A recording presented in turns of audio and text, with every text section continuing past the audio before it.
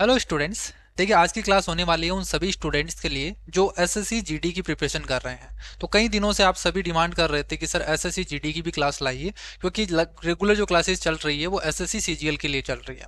लेकिन आप सभी ने बहुत ज़्यादा कमेंट किया और बहुत ज़्यादा डिमांड की इस टॉपिक के लिए कि आप सबसे पहले मेंस्ट्रुएशन का ही स्टार्ट कीजिए, क्योंकि जो सबसे ज़्यादा हार्ड टॉपिक लगता है बच्चों को वो मेंस्ट्रुएशन का टॉपिक लगता है। क्योंकि जीडी में ज़्यादातर जो सिलेबस रहता है वो अर्थमेटिक का होता है।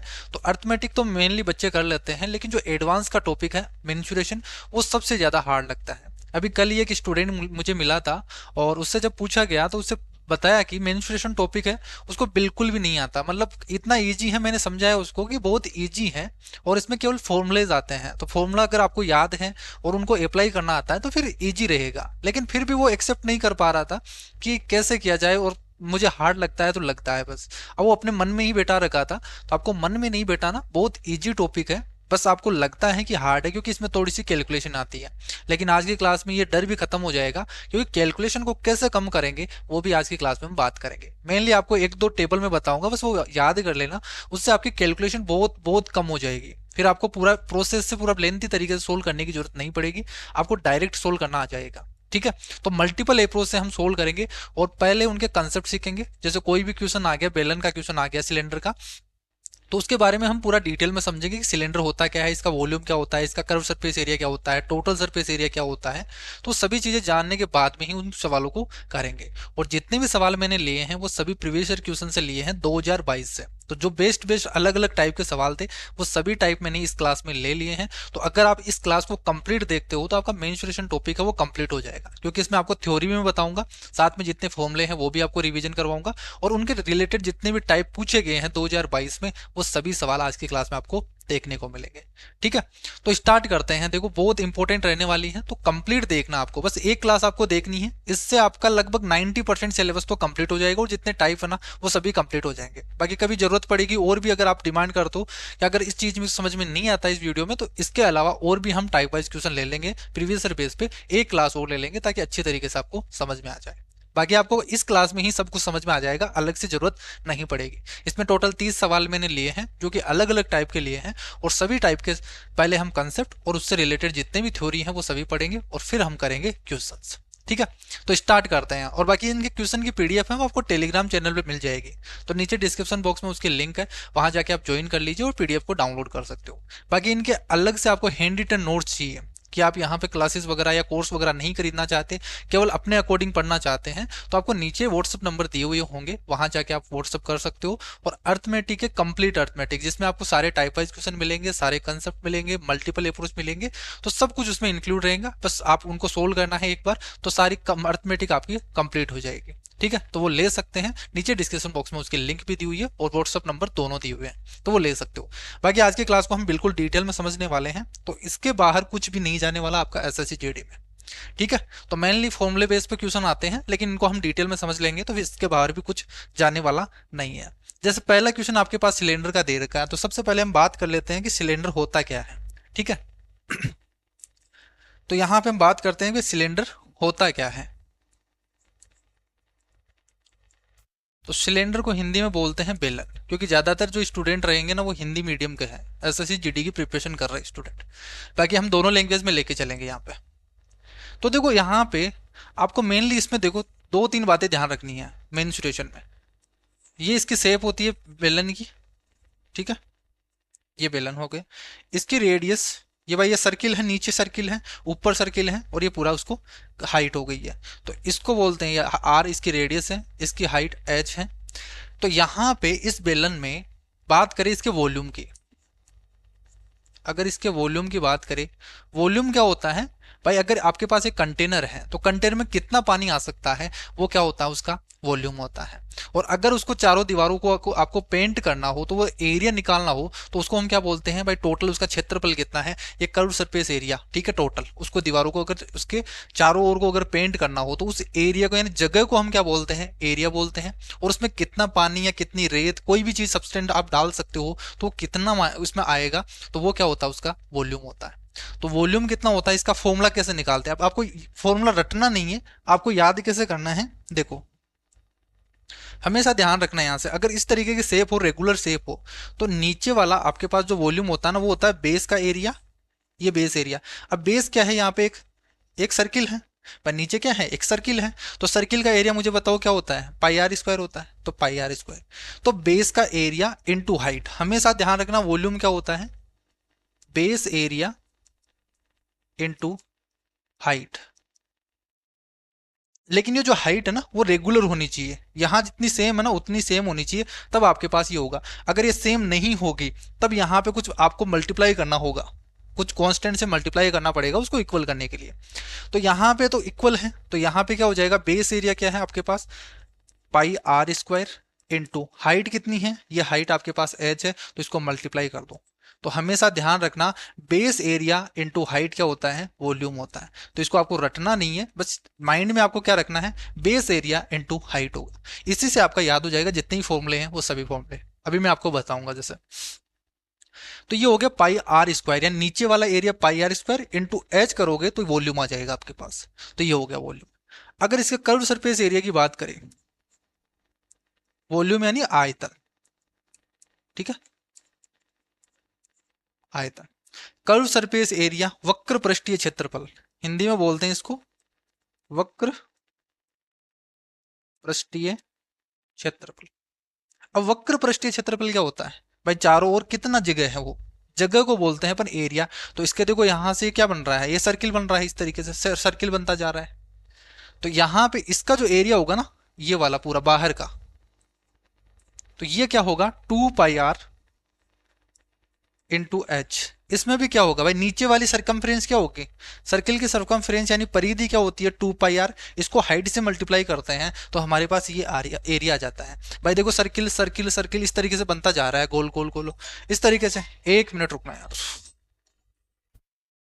तो यहाँ पे बात कर रहे थे कर्व सरफेस एरिया की, ठीक है। तो कर्व सरफेस एरिया क्या होगा, वह नीचे वाला यहाँ पे जो सर्किल है उसकी सरकमफेरेंस कितनी हो गई, 2 पाई आर। इसको हाइट से मल्टीप्लाई कर दोगे तो वो क्या हो जाएगी, 2 पाई आर एच, उसकी कर्व सरफेस एरिया। क्लियर है। तो यहां से ये हो गया कर्व सरफेस एरिया। अगर इसमें टोटल सरफेस एरिया पूछा जाए आपसे, टोटल सरफेस एरिया यानी कुल पृष्ठीय क्षेत्रफल, कुल पृष्ठीय क्षेत्रफल। तो कुल पृष्ठीय क्षेत्रफल क्या होगा भाई, यहाँ पे ये कर्व सरफेस एरिया तो 2 पाई आर होगा ही होगा, 2 पाई आर एच ये तो होगा ही होगा। नीचे वाला सर्किल बना हुआ है तो इसका एरिया होगा, तो पाई आर स्क्वायर जोड़ दोगे आप।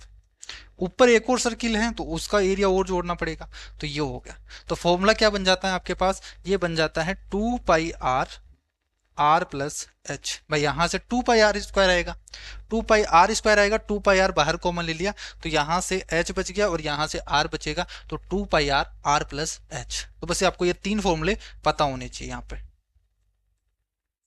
क्लियर है। पहला वॉल्यूम का pi are square h, curve surface area 2 pi r h, total surface area 2 pi r plus h. ठीक है। तो 3 फॉर्मूले मैंने आपको बताए हैं, इसी का यूज करेंगे अपन।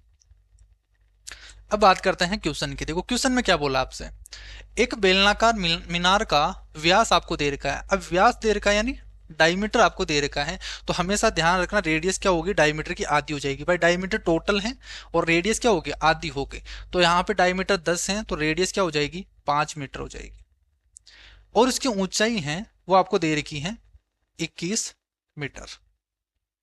क्लियर है। अब आपसे क्या बोला है कि 8 रुपए प्रति वर्ग मीटर की दर से इसके वक्र पृष्ठीय क्षेत्रफल को यानी वक्र सतह को रंगने के लिए लागत क्या होगी। अभी मैंने आपको क्या बताया, अभी आपको ये बताया था भाई इसको कलर करना है हमें, इसके चारों दीवारों को, जो चारों सरफेस है ना, ये कर्व सरफेस है, तो इसको अगर पेंट करना है तो सबसे पहले एरिया निकालना होगा। पर जब भी आप कारीगर के पास जाते हो तो कारीगर क्या बोलता है, भाई मेरे क्या है, वो आपको आप पूछते हो उनसे भाई रेट क्या है, आप रेट क्या लोगे, तो वो बताता आपको 20 रुपए स्क्वायर फुट बताता है। ठीक है, 20 रुपए स्क्वायर मीटर बता दे या स्क्वायर सेंटीमीटर, वो डिपेंड करता है। तो अपन फिट में मानते हैं, रेगुलर जो अपनी लाइफ रहती है उसमें, तो वो फिट के अनुसार बताता है। भाई 20 रुपए स्क्वायर फुट लेंगे, तो वो स्क्वायर फुट क्या है, स्क्वायर फीट आपके पास एरिया है, और यहाँ पे स्क्वायर मीटर में दे रखा है आपको। तो मीटर की बात कर रहा है तो मीटर में दे दिया भाई, स्क्वायर मीटर की रेट से इतने रुपए लेगा। ठीक है, तो वो रेट उसने बता दी। तो फिर वो पैसे कैसे बताता है आपको, जब आप पेंट करवाते हो तो पैसे कैसे बताता है, तो सबसे पहले तो वो आपको नाप लेता है पूरे रूम की, भाई कितनी माप है, तो वो एरिया निकाल लेता है टोटल। ठीक है, एरिया निकाल के अपनी रेट से वो मल्टीप्लाई कर देता है, तब पैसे आ जाते हैं। तो यहीं पे हम क्या करेंगे, सबसे पहले हमें एरिया तो निकालना पड़ेगा। ठीक है, तो आपको रेडियस दे रखी है, हाइट दे रखी है, तो यहां से कर्व सरफेस एरिया निकाल सकते हो क्या? तो कर्व सरफेस एरिया क्या होगा, 2 pi r H, 2 pi r H, यही तो होगा, इसी को पेंट करना है तो इतना एरिया चाहिए। तो आप सोल्व करोगे यहाँ पे, तो 2 इंटू पाई की वैल्यू पुट करोगे 22/7, इंटू रेडियस आपको दे रही है 21 मीटर, 21 इंटू हाइट आपको दे रही है 5। ठीक है, उल्टा बोल दिया मैंने, हाइट आपको दे रखी है 21 और रेडियस आपको दे रखी है 5, ये दे रखी है। तो यहां से आप सोल्व करोगे तो 7 या 21 और यहां से 5 या 15, 15 दूना 30, 30 दूनी 60 और 11 6 66। तो इतने मीटर स्क्वायर क्या आ गया, एरिया आ गया। ठीक है, अब ये एरिया आ गया ना, पैसे बताने कितनी लागत हुई, तो उसको क्या करोगे, 8 रुपए से मल्टीप्लाई कर दोगे। देखो यहाँ पे 660 मीटर स्क्वायर आया है, यानी 660 मीटर स्क्वायर है, वो 1 मीटर स्क्वायर का 8 रुपए ले रहा है। तो 1 मीटर स्क्वायर का 8 रुपए ले रहा है, तो 660 मीटर स्क्वायर का कितना हो गया, इससे मल्टीप्लाई कर दोगे 8 को, और यहाँ से सोल्व करोगे तो कितना बन जाएगा, 8 6 48, यानी यूनिट डिजिट यहाँ पे 80, लेकिन दो ऑप्शन दिख रहे हैं। ठीक है, 8 6 48, 4 बच गया, यहाँ से 4 हो गया, 8 6 48, 48 और 4 52। ठीक है, तो ये हो गया 5280, ये हो गया इसका आंसर। ठीक है, लेकिन अगर आपको इसको कैलकुलेशन को कम करना है तो एक यहाँ पे ध्यान रखना है, जब भी मेंसुरेशन आपका क्वेश्चन आ जाए तो मेंसुरेशन में एक टेबल आपको बताता हूँ यहाँ पे। ठीक है, और उसी टेबल से आपके क्वेश्चन बनेंगे और उसी से आपकी कैलकुलेशन कम होगी, और उस टेबल को आपको रटना है। ठीक है, इसको रट लेना आप, बहुत बहुत ज्यादा इंपॉर्टेंट है। डायरेक्ट आपको बिना सोल्व किए भी बताना है ना आंसर, तो इसी से बताओगे आप। जैसे हमेशा जो क्वेश्चन आएगा ना, वो रेडियस आपकी 7 के मल्टीपल में होगी। जैसे रेडियस आपको दे दिया 7, 14, 21, 28, 35, 42, इस तरीके से दी गई होगी। ठीक है, इनमें से ही दी गई होगी, लगभग जितने भी चांस है 90% चांस होता है इनमें से ही दी गई होगी। अभी क्वेश्चन भी करेंगे, उसमें देख लेना चाहिए आप। यहाँ पे रेडियस हो गई, तो हमेशा ध्यान रखना जो इसका पेरीमीटर होगा, पेरीमीटर, इस सर्किल की बात कर रहा है अपन। ठीक है, इस सर्किल की बात कर रहे हैं, तो सर्किल में पेरीमीटर क्या होता है, 2 पाई आर होता है। ठीक है, सरकमफेरेंस, सरकमफेरेंस 2 पाई आर होगी, तो इसकी ध्यान रखना, यहां से सरकमफेरेंस यानी क्या होगी, 2 पाई आर। इसकी वैल्यू, इसकी वैल्यू हमेशा 44 के मल्टीपल में चलेगी। जैसे 7 है तो यहाँ पे 44 होगा। अब ये मीटर में होगी तो ये भी मीटर में हो जाएगा, सेंटीमीटर में तो सेंटीमीटर में, फिट में है तो फिट में हो जाएगा। तो ये हमेशा 44 के मल्टीपल में, यानी 44 की टेबल लिख दो यहाँ से, 44, 88, 132, 176, 220, 264, और आगे नहीं आ रहा तो 44 जोड़ दो इसमें, तो 44 जोड़ोगे तो 308। इस तरीके से इसके भी आगे अगर पूछ ले, 42 के बाद में भी पूछ ले, तो भी आप निकाल सकते हो यहाँ से। तो इसको सोल्व करने की जरूरत नहीं पड़ेगी। जैसे आपको रेडियस दे दिया 7, ठीक है, अब आप 2 इंटू 22 की वैल्यू 22/7 इंटू फिर 7 रखोगे, फिर सोल्व करोगे, तब आपके पास 44 आएगा। और ऐसे अगर आपको टेबल ही पूरी की पूरी याद है भाई, 44 के मल्टीपल में चलेगी, तो आप डायरेक्ट क्या बोलोगे, भाई 7 रेडियस है तो इसका पेरीमीटर क्या आ जाएगा, 44। तो देखते ही आंसर आ जाएगा। जैसे यहाँ पे 28 दे दिया, तो कितने गुना है 7 का, 4 गुना है, तो फिर 44 का 4 गुना ही होगा, 176। देखते ही अपना आंसर आ जाएगा। अगर एरिया की बात करें, अगर एरिया की बात करें, एरिया क्या होता है, पाई आर स्क्वायर। ठीक है, पाई आर स्क्वायर, तो वो चलेगा 154 के। तो जैसे इसको रट लेना यहां से एरिया, ये पाई आर स्क्वायर, तो ये टेबल आपको कंटेस्ट करनी है यहां। अगर 7 रेडियस होगी तो उसका एरिया होगा 154। जैसे 14 होगी तो उसका एरिया होगा 616।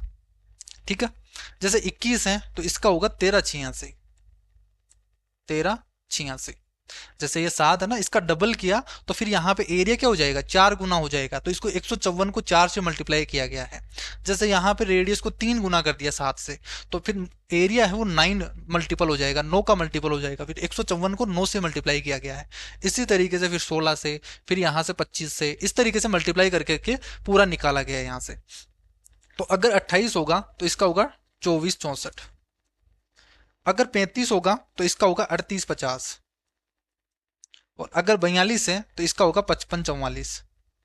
ठीक है, आगे निकाल सकते हो, बाकी इनकी जरूरत नहीं है, आप यहां तक याद कर सकते हो, बस इतना ही आपको याद करना है, इतनी टेबल याद कर लो आप।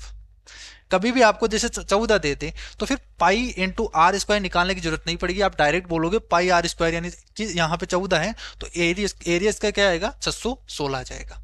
ठीक है, जैसे 21 हो गया तो 21 की जगह जैसे पाई आर स्क्वायर पूरा सोल्व नहीं करेंगे, यहाँ पे 1386 लिख देंगे पाई आर स्क्वायर की जगह। तो वॉल्यूम निकालने पे भी इसकी सारणी का यूज करेंगे, एरिया निकालने में भी इसका यूज करेंगे, और डायरेक्ट इस तरीके से मल्टीपल ही देते तब तो यहाँ पे डायरेक्ट ही बता देंगे, सोल्व करेंगे ही नहीं अपन। तो ये तो आपको याद करनी है, आपकी कैलकुलेशन बहुत कम हो जाएगी। ठीक है, तो ये इंपॉर्टेंट है, स्क्रीनशॉट लेना ना और इसको रट लेना, आपकी बहुत ज्यादा हेल्प करेगा। तो पहला हो गया यहां से। अब देखो इसको यूज कैसे करेंगे, ये आपको दिख गया 2 पाई आर, दिख गया ना 2 पाई आर। अब आर की जगह यहाँ पे आर को एच से मल्टीप्लाई करो या एच को आर से मल्टीप्लाई करो, बात तो एक ही ना। तो यहाँ पे आर को हम क्या मान सकते हैं 21 मान सकते हैं।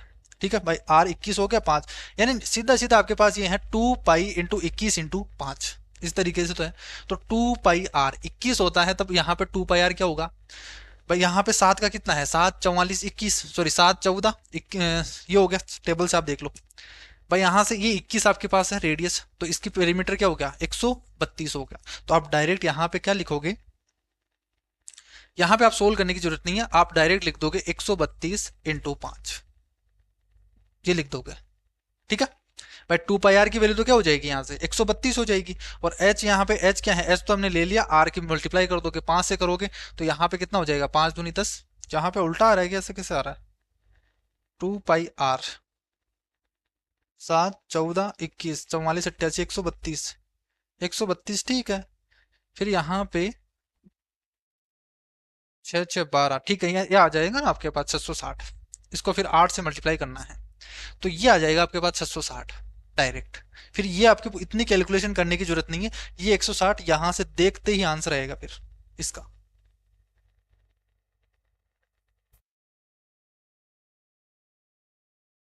ये तो मिट गया ना, रहने तो इसको।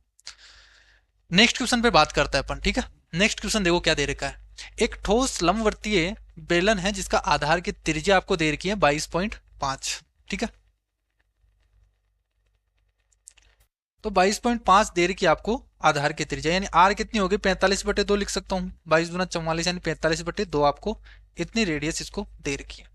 इसकी हाइट है वो आपको दे रखी है 24 सेंटीमीटर, क्लियर है।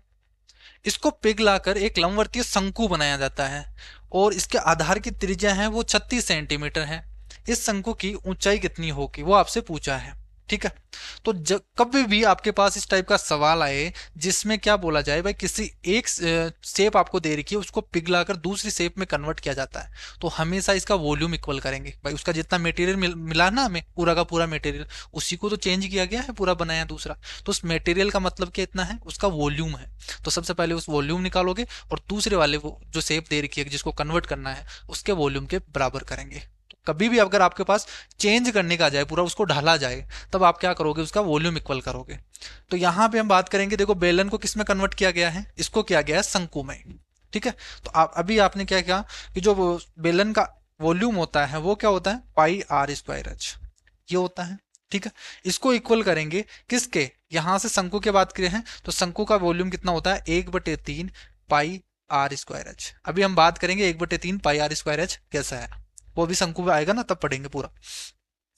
तो इसके इक्वल करना है, लेकिन यहाँ पे तो रेडियस और हाइट दोनों क्या होगी अलग होगी इसके लिए तो आपको गिवन है आर और एच दोनों गिवन है।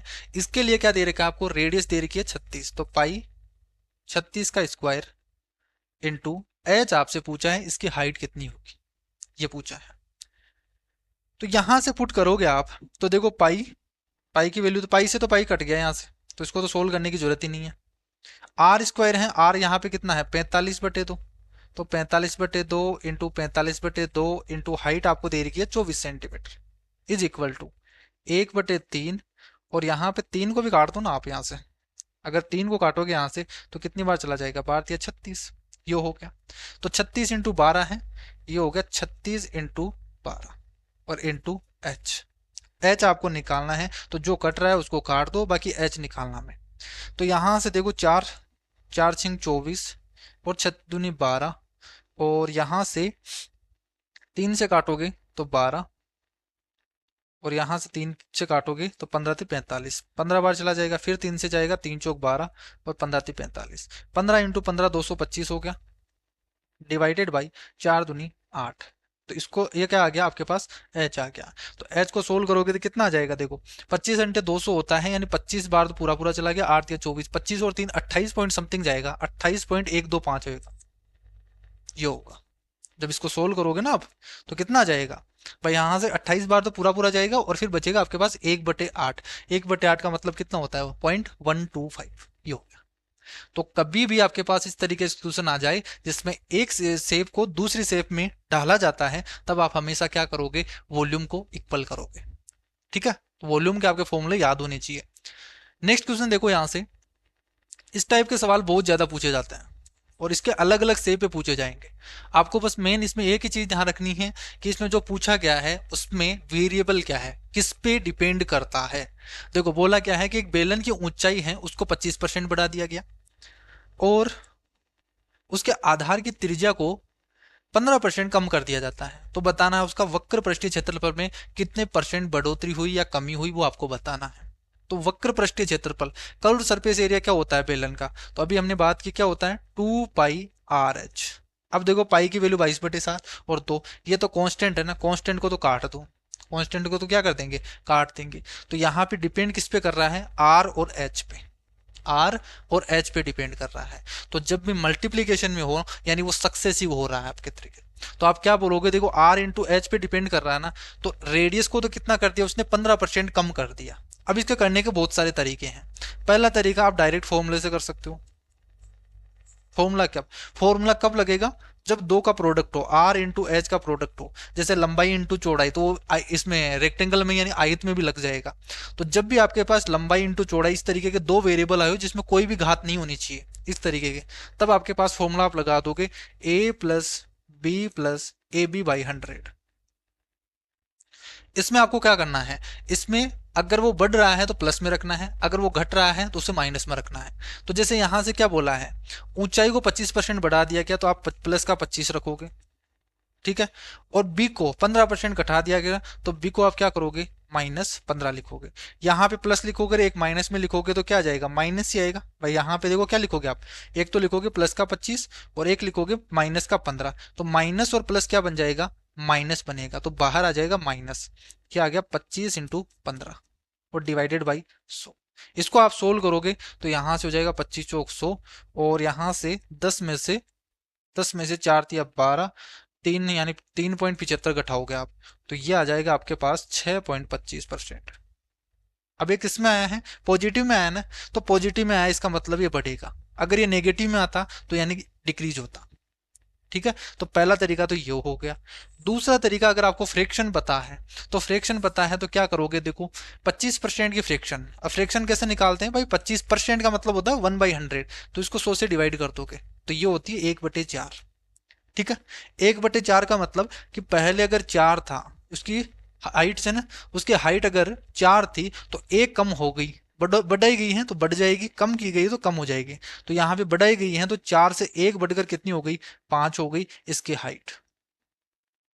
ठीक है, फिर बोला है रेडियस 15%, तो 15% का मतलब आप फ्रैक्शन फिर से निकालोगे, 15% का मतलब कितना हो गया, 5 तिया 15 और 20 पंजे 100, यानी 3/20 हो गई। यानी शुरू में रेडियस अगर 20 थी तो 3 कम हो गई यानी 17 हो गई। क्लियर है, तो ये रेशियो हो गया आपके पास इनका। अब इनको बस ओवरऑल आपको निकालना है, तो ओवरऑल कैसे निकालोगे, यहां से अगर क्रॉस में कट रहा है तो उसको काट दो भाई, 5 चौक 20, ये 4 बार चला गया, 4 को 4 से मल्टीप्लाई कर दो और इधर 1 को 17 से मल्टीप्लाई करेंगे, 17 हो गया। तो ये एरिया ही हो गया आपके पास, एरिया का रेशियो आ गया भाई। 16 से कितनी हो गया एरिया, 17 हो गया, कितना बढ़ गया, 1 बढ़ गया, कितने पर, 16 से, इंटू 100। 1/16 की वैल्यू कितनी हो गई, आप डायरेक्ट कर दोगे यहां से 6.25%। ये होता है फ्रैक्शन मेथड। क्लियर है, तो ये दो तरीके हैं, आप दोनों तरीके से कर सकते हो। इसको बोलते हैं अपन फ्रैक्शन मेथड और दूसरा है फॉर्मूला वाला। ठीक है, बाकी अगर इसको बेसिक से करोगे तो फिर वो बहुत ज्यादा कैलकुलेटिव हो जाएगा। कर सकते हो आप बेसिक से, भाई आप क्या मानोगे यहाँ से, आप फिर इस तरीके से मानना पड़ेगा। आप भाई आपके पास शुरू में रेडियस थी वो आर थी, फिर उसकी हाइट एच थी, फिर उसको 25% बढ़ा दिया, या फिर 100 आर 100 इंटू एच मानो, इसका वॉल्यूम निकालोगे अलग से, फिर वॉल्यूम निकालोगे। वो बच्चों वाला तरीका है, वो नहीं करना, बहुत ज़्यादा कैलकुलेटिव हो जाएगा। ठीक है, उसमें मत फंसना कभी भी। तो ये दो फॉर्मूले आपको याद रखना है, और जो मेन फॉर्मूला है ना, वो सभी के लिए ये लागू रहेगा। फ्रैक्शन मेथड हम यूज करेंगे जितने भी आएंगे ना इसमें, इस टाइप के सवाल उसमें। ठीक है, ये तो कब लगेगा, जब x इंटू वाई के फॉर्म में आएगा तब फॉर्मूला लगा देंगे, बाकी के लिए यही फॉर्म, यही तरीका लगाएंगे अपन। जैसे यहां से बोला है कि देखो, एक गोले की त्रिज्या है वो 5% की वृद्धि होती है, तो उसका पृष्ठीय क्षेत्रफल कितने प्रतिशत बढ़ जाएगा। अब गोले की बात करें यहां से, अब ये तो सभी में आएगा वैसे।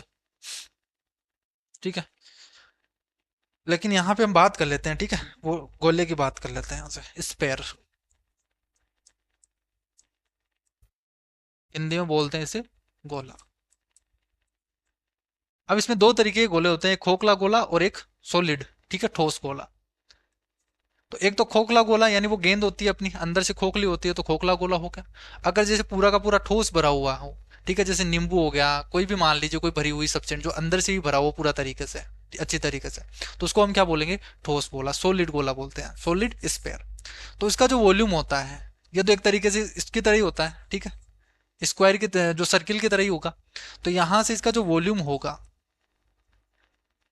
वॉल्यूम होगा, वो क्या हो जाएगा आपके पास, 4/3 पाई आर क्यूब। ध्यान रखना, यहां से इसका वॉल्यूम क्या होता है, 4/3 पाई आर क्यूब। इसका कर्व सरफेस एरिया, यानी यहां से टोटल सरफेस एरिया वही होता है, सेम ही होगा यहाँ पे, तो कोई अलग अलग तो होता नहीं है, तो वही होगा यहाँ से। भाई आप बोलोगे यहाँ पे सरफेस एरिया, इसका सरफेस एरिया क्या होता है, 4 पाई आर स्क्वायर। ठीक है, अगर यहाँ पे खोखला गोला आपको दे रखा हो, अगर आपको ये खोखला गोला दे रखा हो, तो इसमें जो वॉल्यूम हो जाएगा, वॉल्यूम क्या हो जाएगा, आप बड़े में से घटाओगे, 4/3 पाई आर क्यूब। भाई इसकी दो रेडियस होगी, एक तो बाहर की रेडियस होगी, आउटर रेडियस, और एक होगी अंदर की रेडियस। ये परत परिधि तो रहेगी यहाँ से, ये रेडियस होगी आर, अंदर वाली रेडियस आर, बाहर वाली रेडियस कैपिटल आर। तो ये हो जाएगा 4/3 कैपिटल आर क्यूब। तो देखो, पूरा वॉल्यूम निकालोगे, अब अंदर वाला, बाहर की रेडियस लेके निकालोगे, और उसमें से अंदर वाला वॉल्यूम घटा दोगे, तो क्या वो वॉल्यूम आ जाएगा क्या, केवल खोखले गोले का, परत परत का। तो ये हो जाएगा। तो अब इसको फॉर्मूले को जब हम सोल्व करते हैं ना, तब बनता है 4/3 पाई, पाई ये स्मॉल आर क्यूब, तो capital R cube minus small R cube, ये बनता है आपके पास। क्लियर है। बाकी इसका अगर आपको कर्व सरफेस एरिया निकालना हो, टोटल सरफेस एरिया वो हो गया, तो बाहर का होगा 4 पाई आर स्क्वायर, और अंदर का निकालना हो तो ये हो जाएगा 4 पाई स्मॉल अंदर आर स्क्वायर। ठीक है, छोटा आर वाई स्क्वायर हो जाएगा। तो अगर अंदर वाला पूछा जाए तो ये, बाहर वाला पूछा जाए तो ये, अगर टोटल अंदर और बाहर दोनों का पूछा जाए तो ये एरिया हो जाएगा। ठीक है, इसी में आपके पास अगर इसको बीच में से काट दे, तो ये बन जाता है आपका अर्धगोला, ये बन जाता है अर्धगोला। इसका वॉल्यूम क्या हो जाता है, इसका वॉल्यूम हो जाता है 2/3, जहां पे 4/3 था, इसको 2 से डिवाइड कर दो, तो देखो 2 कट जाएगा, 2 ही बचेगा ऊपर, तो 2/3 पाई आर क्यूब बन जाएगा। ये हो गया इसका वॉल्यूम। इसमें ध्यान रखना, टोटल सरफेस एरिया पूछता है, एक तो कर्व सरफेस एरिया पूछेगा, इसमें बोलेगा आपसे कर्व सरफेस एरिया क्या होगा, तो वो तो क्या हो जाएगा भाई, बाहर बाहर का ये वाला एरिया, ये वाला। तो टोटल 4 पाई आर स्क्वायर था, तो 4 स्क्वायर, 4 पाई आर स्क्वायर का आधा कर दो, 2 pi are square, 2 pi are square. अगर आपसे टोटल पूछा जाए यहाँ पे, भाई टोटल सरफेस एरिया क्या होगा, तब आप क्या करोगे, ये वाला एरिया भी आपको जोड़ना पड़ेगा यहाँ पे, ये वाला एरिया ऊपर वाला, तो पाई आर स्क्वायर और जोड़ना पड़ेगा। तो ये तो 2 पाई आर स्क्वायर था ही, इसमें पाई आर स्क्वायर और जोड़ दोगे, तो ये हो गया 3 पाई आर स्क्वायर। इसी में कंफ्यूज कर देता है कभी, और बहुत से अच्छे सवाल पूछे हुए जाते हैं यहाँ पे।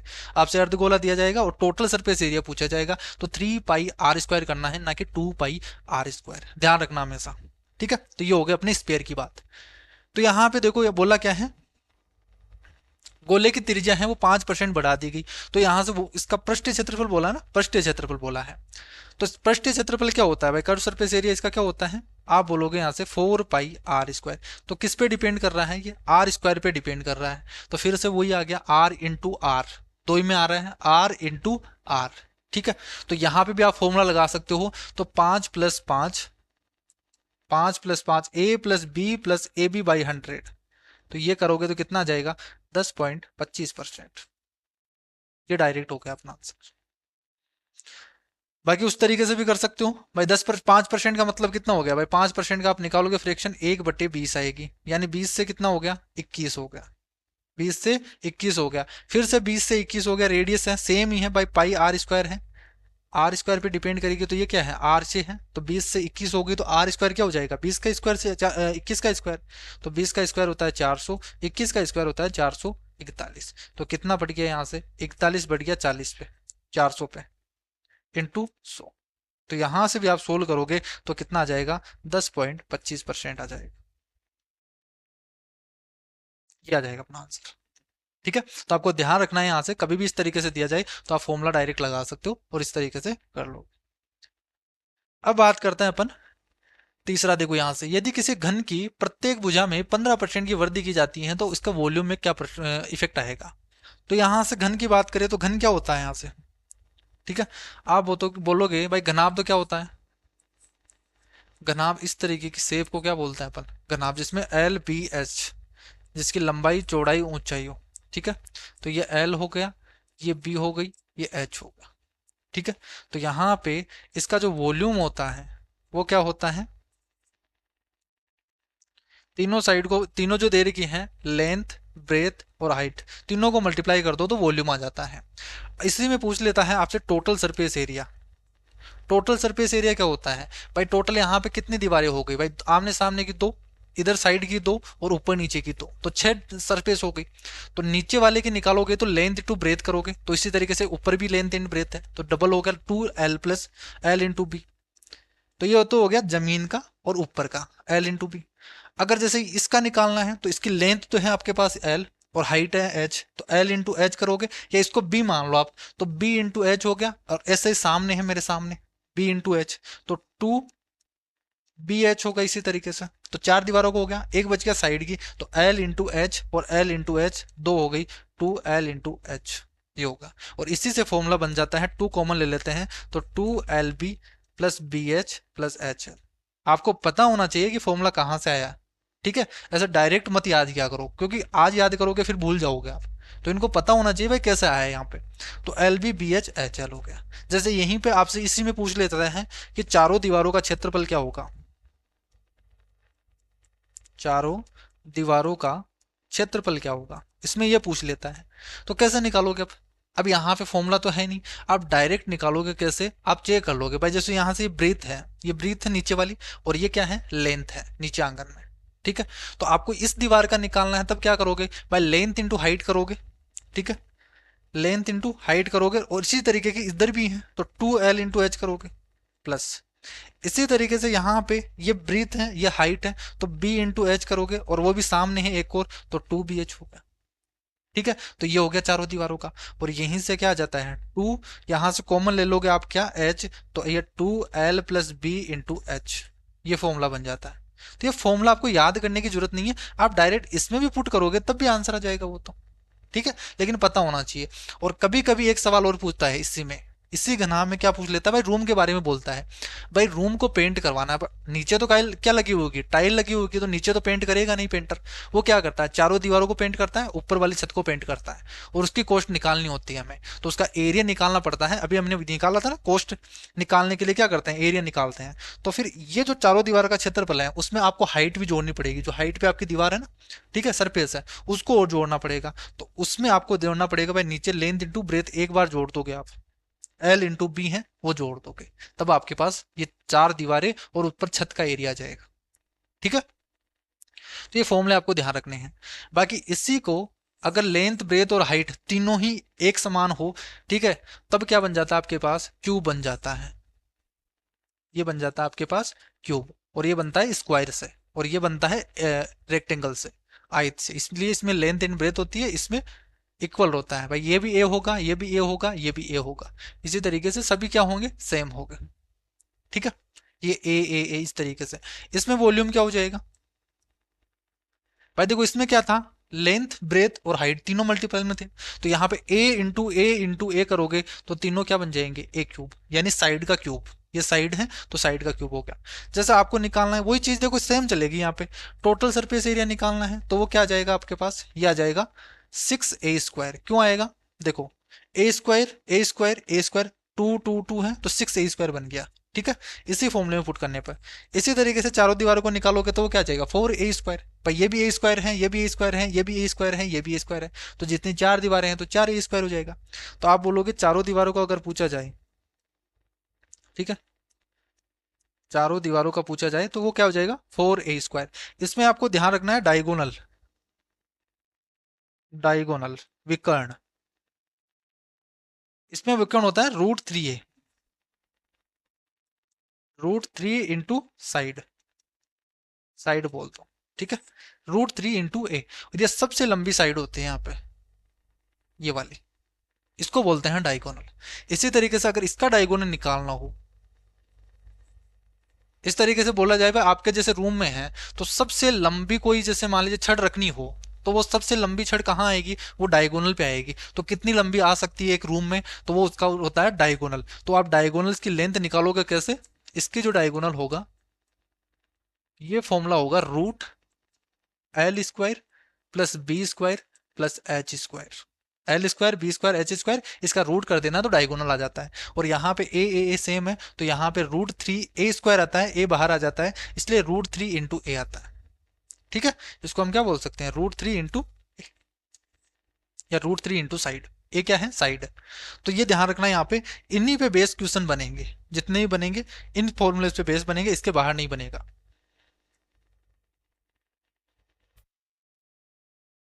अब देखो यहाँ से हम कर रहे थे लास्ट ये सवाल। अब बोला है देखो, एक क्यूब की प्रत्येक साइड है उसको 15% बढ़ा दिया जाता है, तो इसके वॉल्यूम में कितना इफेक्ट आएगा। अब वॉल्यूम क्या होता है बताओ क्यूब का, अब आप बोलोगे यहाँ पे क्या होता है, साइड क्यूब। ठीक है, साइड क्यूब, ए क्यूब होता है ना, ए का मतलब क्या है, साइड, तो साइड का क्यूब होता है। लेकिन अब डिपेंड किस पे कर रहा है, ए क्यूब पे डिपेंड कर रहा है ना पूरा का पूरा। अब देखो यहाँ पे क्यूब पे डिपेंड कर रहा है, तो यहाँ पे 15% है। अब इसके भी फॉर्मूला है, वही एक तरीका, दो तरीके होंगे वापस से भाई, या तो फॉर्मूला लगा दो या फिर वो कर दो। लेकिन यहाँ पे क्यूब में है, वो दो के लिए था, अब तीन के लिए अलग होगा। तो वो सक्सेसिव के लिए, तीन के लिए क्या होता है, x plus Y plus Z plus XY plus YZ plus ZX divided by 100 plus XYZ divided by 10,000, ये होगा।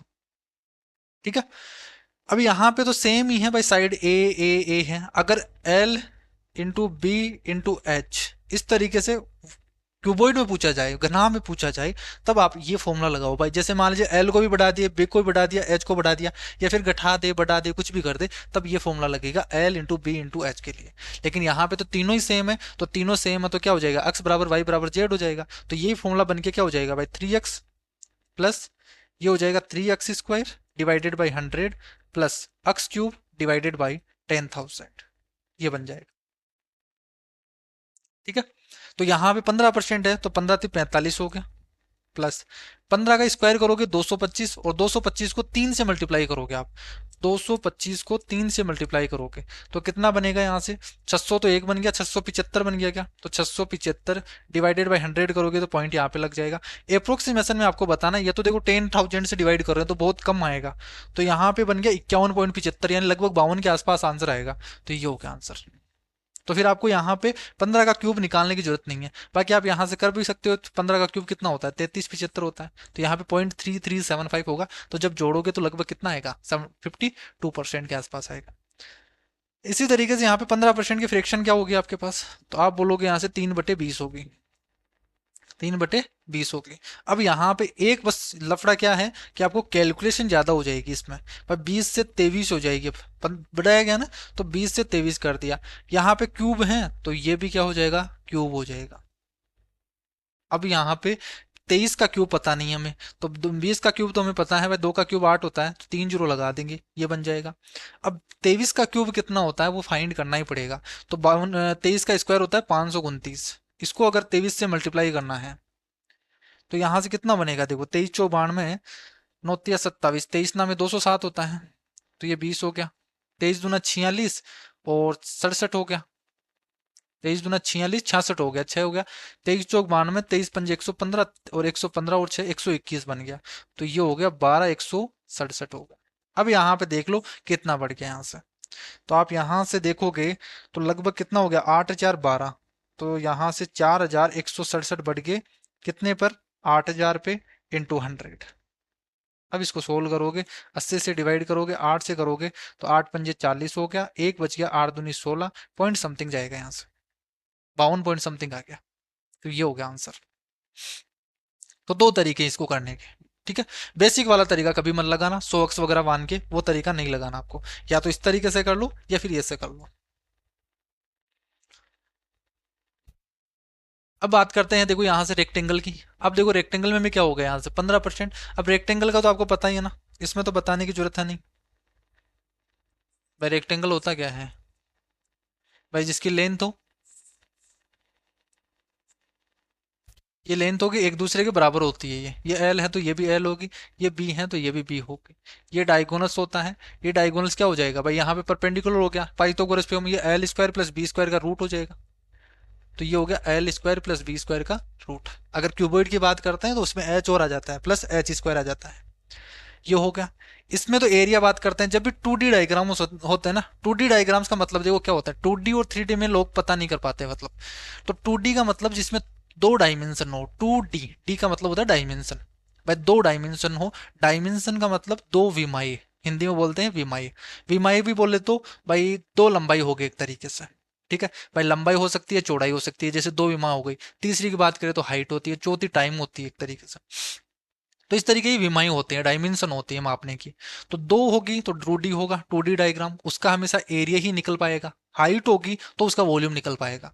तो यहाँ पे हमेशा एरिया ही निकलता है, कभी मत बताने यहाँ से कि रेक्टेंगल का वॉल्यूम होता है। रेक्टेंगल का वॉल्यूम नहीं होता है, क्योंकि ये 2 डायमेंशन है, तो 3 डायमेंशन के वॉल्यूम निकलते हैं और 2 डायमेंशन का हमेशा एरिया निकलता है। तो यहाँ पे एरिया क्या हो जाएगा, लेंथ इंटू ब्रेथ। और पेरीमीटर अगर आपसे पूछा जाए तो पेरीमीटर क्या होता है, पेरीमीटर होता है भाई, इसको अगर बीच में से काट दे, कहीं से भी काट दो आप, जैसे मैंने यहां से काट दिया तो इसको पूरा फैला दो आप, एक धागा बन जाएगा एक तरीके से। पर जैसे यहाँ पे काटा तो ये क्या बन जाएगा, एक तरीके से इस तरीके से बन जाएगा, ये पूरा का पूरा, ये 4 पार्ट में बन जाएगा, ये एल बी, फिर एल, ये बी, इस तरीके से बन जाएगा, ठीक है। और इसको जोड़ दोगे तो ये क्या बन जाएगा, 2L+B। भाई 2 बार एल आएगा, 2 बार बी आएगा, तो 2L+B, ये बन गया पेरीमीटर, ठीक है। तो ये बनता है रेक्टेंगल में, इसके बाहर कुछ पूछा नहीं जाता। स्क्वायर में क्या हो जाता है, स्क्वायर में ये भी ए है, ये भी ए है, ये भी ए है। तो जहां पे एल इंटू बे था, तो ये एरिया स्क्वायर, एरिया हो जाता है एरिया साइड का स्क्वायर, और पेरीमीटर हो जाता है 4 इंटू ए। वहीं पे जो डायगोनल्स है वो क्या हो जाता है, √2a। क्लियर है, क्योंकि ए स्क्वायर और ए स्क्वायर करोगे, √2a² हो गया यहाँ पे, इसका रूट करोगे तो ये बन गया आपके पास रेक्टेंगल, और स्क्वायर भी खत्म हो गया। तो यहाँ पे रेक्टेंगल की बात की गई है, देखो रेक्टेंगल में लंबाई को बढ़ाया गया है 15%, 15% लंबाई को सॉरी कमी की गई है, तो डिक्रीज किया गया है। और ब्रेथ को है 10% बढ़ाया गया है।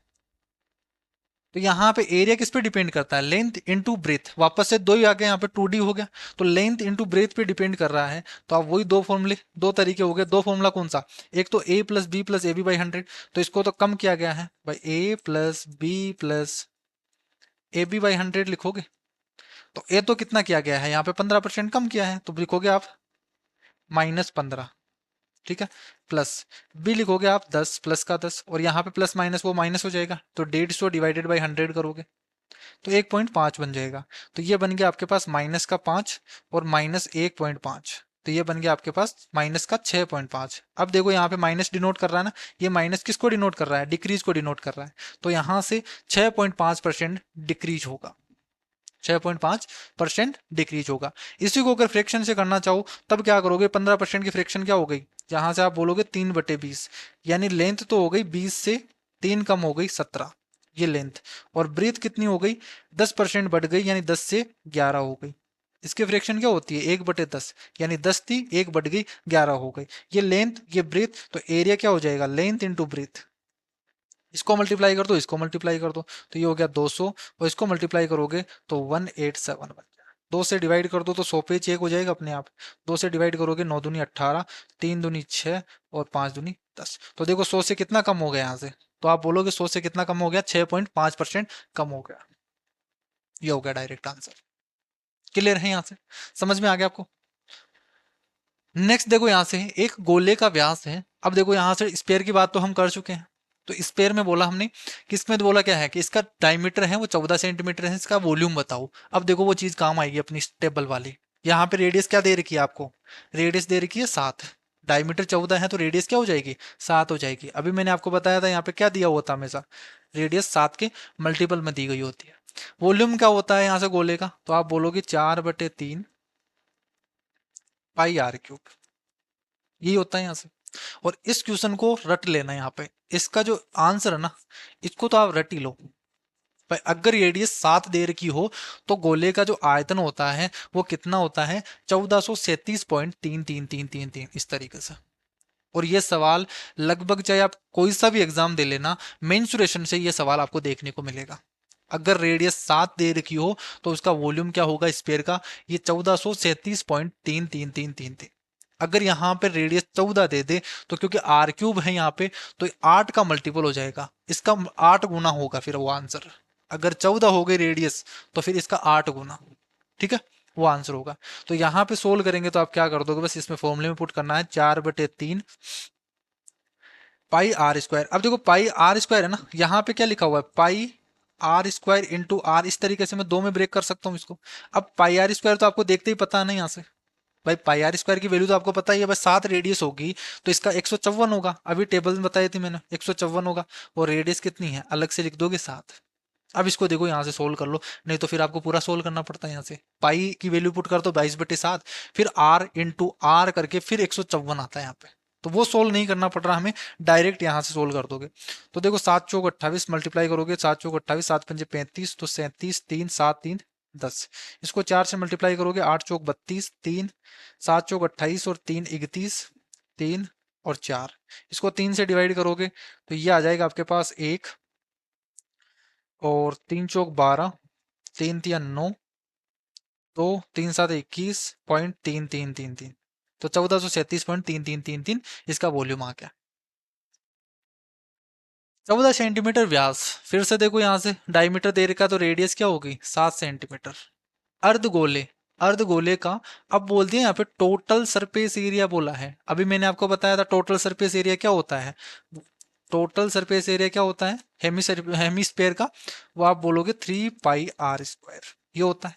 अब आपको पाई आर स्क्वायर आपको पता है 7 के लिए कितना होता है 154 होता है, इंटू 3 मल्टीप्लाई कर दोगे तो 15 3 45, 450 में 12 और जोड़ दोगे तो 462 आ गया। क्या इसमें सोल्व करने की जरूरत पड़ी क्या, नहीं तो अगर बेसिक बच्चा जो बेसिक से तैयारी कर रहा है वो क्या करेगा यहाँ पे, वो फिर उसको पुट करना पड़ेगा, इसको सोल्व करेगा वो 3 × 22/7 × 7 × 7। अब इसको सोल्व करता रहेगा वो। तो ये करने की जरूरत ही नहीं है ना, पाई आर स्क्वायर हमें पता है 154 है, इसको 3 से मल्टीप्लाई करना है, ये आ गया आंसर। इसका कर्व सरफेस एरिया पूछा होता तो यहाँ पे हमें 2 से ही मल्टीप्लाई करना होता, तो वो हो जाता 308 डायरेक्ट ही, ठीक है। नेक्स्ट देखो यहाँ से एक स्क्वायर और एक इक्विलेटरल ट्राइंगल है, इसके पेरीमीटर बराबर हैं। तो देखो इक्विलेटरल ट्राइंगल आया है यहाँ पे, तो बात कर लेते हैं अपन इक्विलेटरल ट्राइंगल की। इक्विलेटरल ट्राइंगल क्या होता है, बहुत इंपॉर्टेंट है इक्विलेटरल ट्राइंगल। तो इक्विलेटरल ट्राइंगल की बात करें यहाँ पे, ठीक है, कलर चेंज कर देते हैं इसका, ये वाला, ये है आपके पास इक्विलेटरल ट्राइंगल। तो ये हो गया ए, ये बी और सी। हमेशा ध्यान रखना इक्विलेटरल, इक्वी यानी बराबर, लेटरल यानी साइड, जिसकी तीनों साइड बराबर हो उसको बोलते हैं इक्विलेटरल ट्राइंगल यानी समबाहु त्रिभुज। यानी ये साइड ए है, ये साइड ए है, तो ये साइड भी क्या होगी ए, तो तीनों साइड बराबर हो उसको हम बोलते हैं इक्विलेटरल ट्राइंगल, ठीक है। इसमें आपके पास पूछा जाता है पहला एरिया, इसका एरिया क्या होता है, तो एरिया होता है √3/4, साइड आपको दे दे तो उसका स्क्वायर कर देना इसके मल्टीपल में, √3/4 भुजा स्क्वायर एरिया होता है। और √3 की वैल्यू क्या पुट करोगे 1.732, अगर दे रखी हो तो ठीक है, न दे रखी हो तो याद करनी पड़ेगी, ठीक है। इसका पेरीमीटर, पेरीमीटर तो क्या हो जाएगा भाई, तीनों को जोड़ना है, तो 3 इंटू साइड हो गया 3, ये हो गया, ये हो गया। तो ये तो दो मेन बातें हो गई, लेकिन इसमें एक और पूछा जाता है, इसके अंदर अगर सर्किल बनाया जाए, इसके अंदर अगर सर्किल बनाया जाए, ठीक है, इसमें बना देगा शायद, एक तो बाहर सर्किल बनता है एक अंदर सर्किल बनता है, तो ये बन गया आपके पास। तो इसमें दो सर्किल बन सकते हैं इक्विलेटरल ट्राइंगल में, एक तो अंदर वाला ट्राइंगल सॉरी सर्किल, और एक बनता है बाहर सर्किल। तो अगर अंदर वाले सर्किल की रेडियस पूछी जाए, या तो ये रेडियस पूछी जाएगी या फिर बाहर वाली रेडियस, तो ये वाली क्या होगी भाई, इसका सेंटर ये है सी, तो ये वाली रेडियस क्या हो गई, इसके बाहर वाले सर्किल की रेडियस हो गई। ठीक है, तो अगर आपसे बाहर वाली रेडियस पूछी जाए तो वो होगी साइड अपॉन √3। बाहर वाली रेडियस पूछी जाए, इस इसकी सर्किल की रेडियस पूछी जाए तो ये होगी रूट साइड अपॉन √3। अगर अंदर वाली रेडियस पूछी जाए आर, स्मॉल रेडियस, इस सर्किल की रेडियस पूछी जाए ये वाली आर, और ये क्या है कैपिटल आर। स्मॉल आर पूछी जाए तो वो होगी साइड अपॉन, इसका आधा कर देंगे अपन, इसका आधा कर देंगे 2√3, साइड अपॉन 2√3 ये होगा। तो आपको ये चार फॉर्मूले याद रखना है। एक तो एरिया √3/4 भुजा स्क्वायर होता है, पेरीमीटर होगा, तीनों को जोड़ देंगे 3 इंटू साइड होगा। अंदर वाली रेडियस पूछी जाए तो साइड अपॉन 2√3, बाहर वाली रेडियस पूछी जाए तो साइड अपॉन √3। ठीक है, और यहाँ पे एक चीज और इंपॉर्टेंट रहता है इसमें, जो ये सर्किल जो ट्राइंगल रहता है इसमें जो सेंटर होता है ना, वो इसे इस हाइट को 2:1 में डिवाइड करता है। ठीक है, ये याद रखना। जैसे आपको हाइट दे दी जाएगी, जैसे मान लीजिए 30 आपको हाइट दे दी भाई, 30 सेंटीमीटर है। ठीक है, और ये ए बी और सी दे दिया, ए इसका सेंटर ओ दे दिया, और इस पे बता दिया कि डी पॉइंट पे मिलता है, तो आपसे पूछ लिया जाएगा भाई ओडी की लेंथ क्या होगी, इस ओडी की लेंथ क्या होगी। ठीक है, तो वो कैसे निकालोगे, यहाँ पे हाइट दी हुई है, अभी ओडी की लेंथ यहाँ पे ये आ रही है एक तरीके से, लेकिन आर में तो एच चाहिए यहाँ पे इस फॉर्मूले में, तो लेकिन यहाँ पे आपको हाइट दे रखी है, तो आप क्या करोगे, इस हाइट को 2:1 में डिवाइड कर दोगे। तो यहाँ पे 30 के नीचे टोटल के नीचे टोटल लिखोगे, 2+3, 2+1 3, और 1 यूनिट की वैल्यू यानी ये वाली वैल्यू चाहिए तो 1 से मल्टीप्लाई कर दोगे यानी 10। अगर ऊपर वाली पूछी जाए, ए ओ पूछा जाए, तो आप क्या करोगे, टोटल के नीचे टोटल, और पूछा क्या है 2 यूनिट की वैल्यू, तो ये हो जाएगा 20। तो कभी कभी ये सवाल भी बन जाता है यहाँ पे, जो मैं यहाँ पे बता रहा हूँ ना, तो ये सवाल आपके बनेंगे ही बनेंगे, इसके बाहर कुछ भी नहीं जाने वाला, मैं पूरा कंप्लीट क्लास ले रहा हूँ एक तरीके से आपकी। ठीक है, तो आपको बस ये पूरी कंप्लीट क्लास देखनी है और मेंसुरेशन आपका पूरा खत्म हो जाएगा, इसमें थ्योरी के लिए कुछ भी नहीं बचेगा, सारा कंसेप्ट मैं आपको बताते चल रहा हूँ। अब बात करते हैं यहाँ पे घनाभ के बारे में। देखो घनाभ के बारे में मैंने बता दिया पूरा डिटेल में। एक घनाभ का टोटल सरफेस एरिया है वो आपको दे रखा है 400 सेंटीमीटर स्क्वायर। घनाभ की लंबाई चौड़ाई आपको दे रखी है और ऊंचाई आपको बतानी है, तो ये तो फॉर्मूला है आपके पास भाई। टोटल सरफेस एरिया क्या होता है, 2LB plus BH plus HL is equal to, आपको दे रखा है ये 4200 है, इंग्लिश में देखो आप, इंग्लिश में 4200 है और यहाँ पे हिंदी में है गलत दे रखा है, तो इसको कर लो आप 4200 यहाँ पे, ये हो गया। ठीक है, तो इसमें बस आपको पुट करना है, यहाँ पे लेंथ और ब्रेथ दे रखी है 15-16 और एच निकालना है, तो 2LB करोगे 15 × 16, तो 15 को 16 से मल्टीप्लाई करोगे यानी 15 का स्क्वायर कर दो, 15 को 15 से मल्टीप्लाई कर देंगे 225 आएगा, इसमें 15 और जोड़ देंगे तो 225 और 240 बन गया।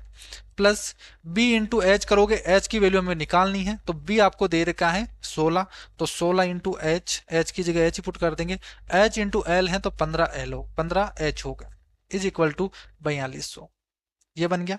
2 से यहां से सोल्व करेंगे, 2 से यहां से कितना बन गया 2100 बन गया, यहां से 240 उधर चला जाएगा, ये 16 और 15 है 31H बन गया। 31H की वैल्यू कितनी हो जाएगी 2100 माइनस 240, 2100 में से 240 आप घटा दोगे तो यहाँ पे कितना बच जाएगा भाई, यहाँ से 60, 300 हो गया और ये बन गया 1800।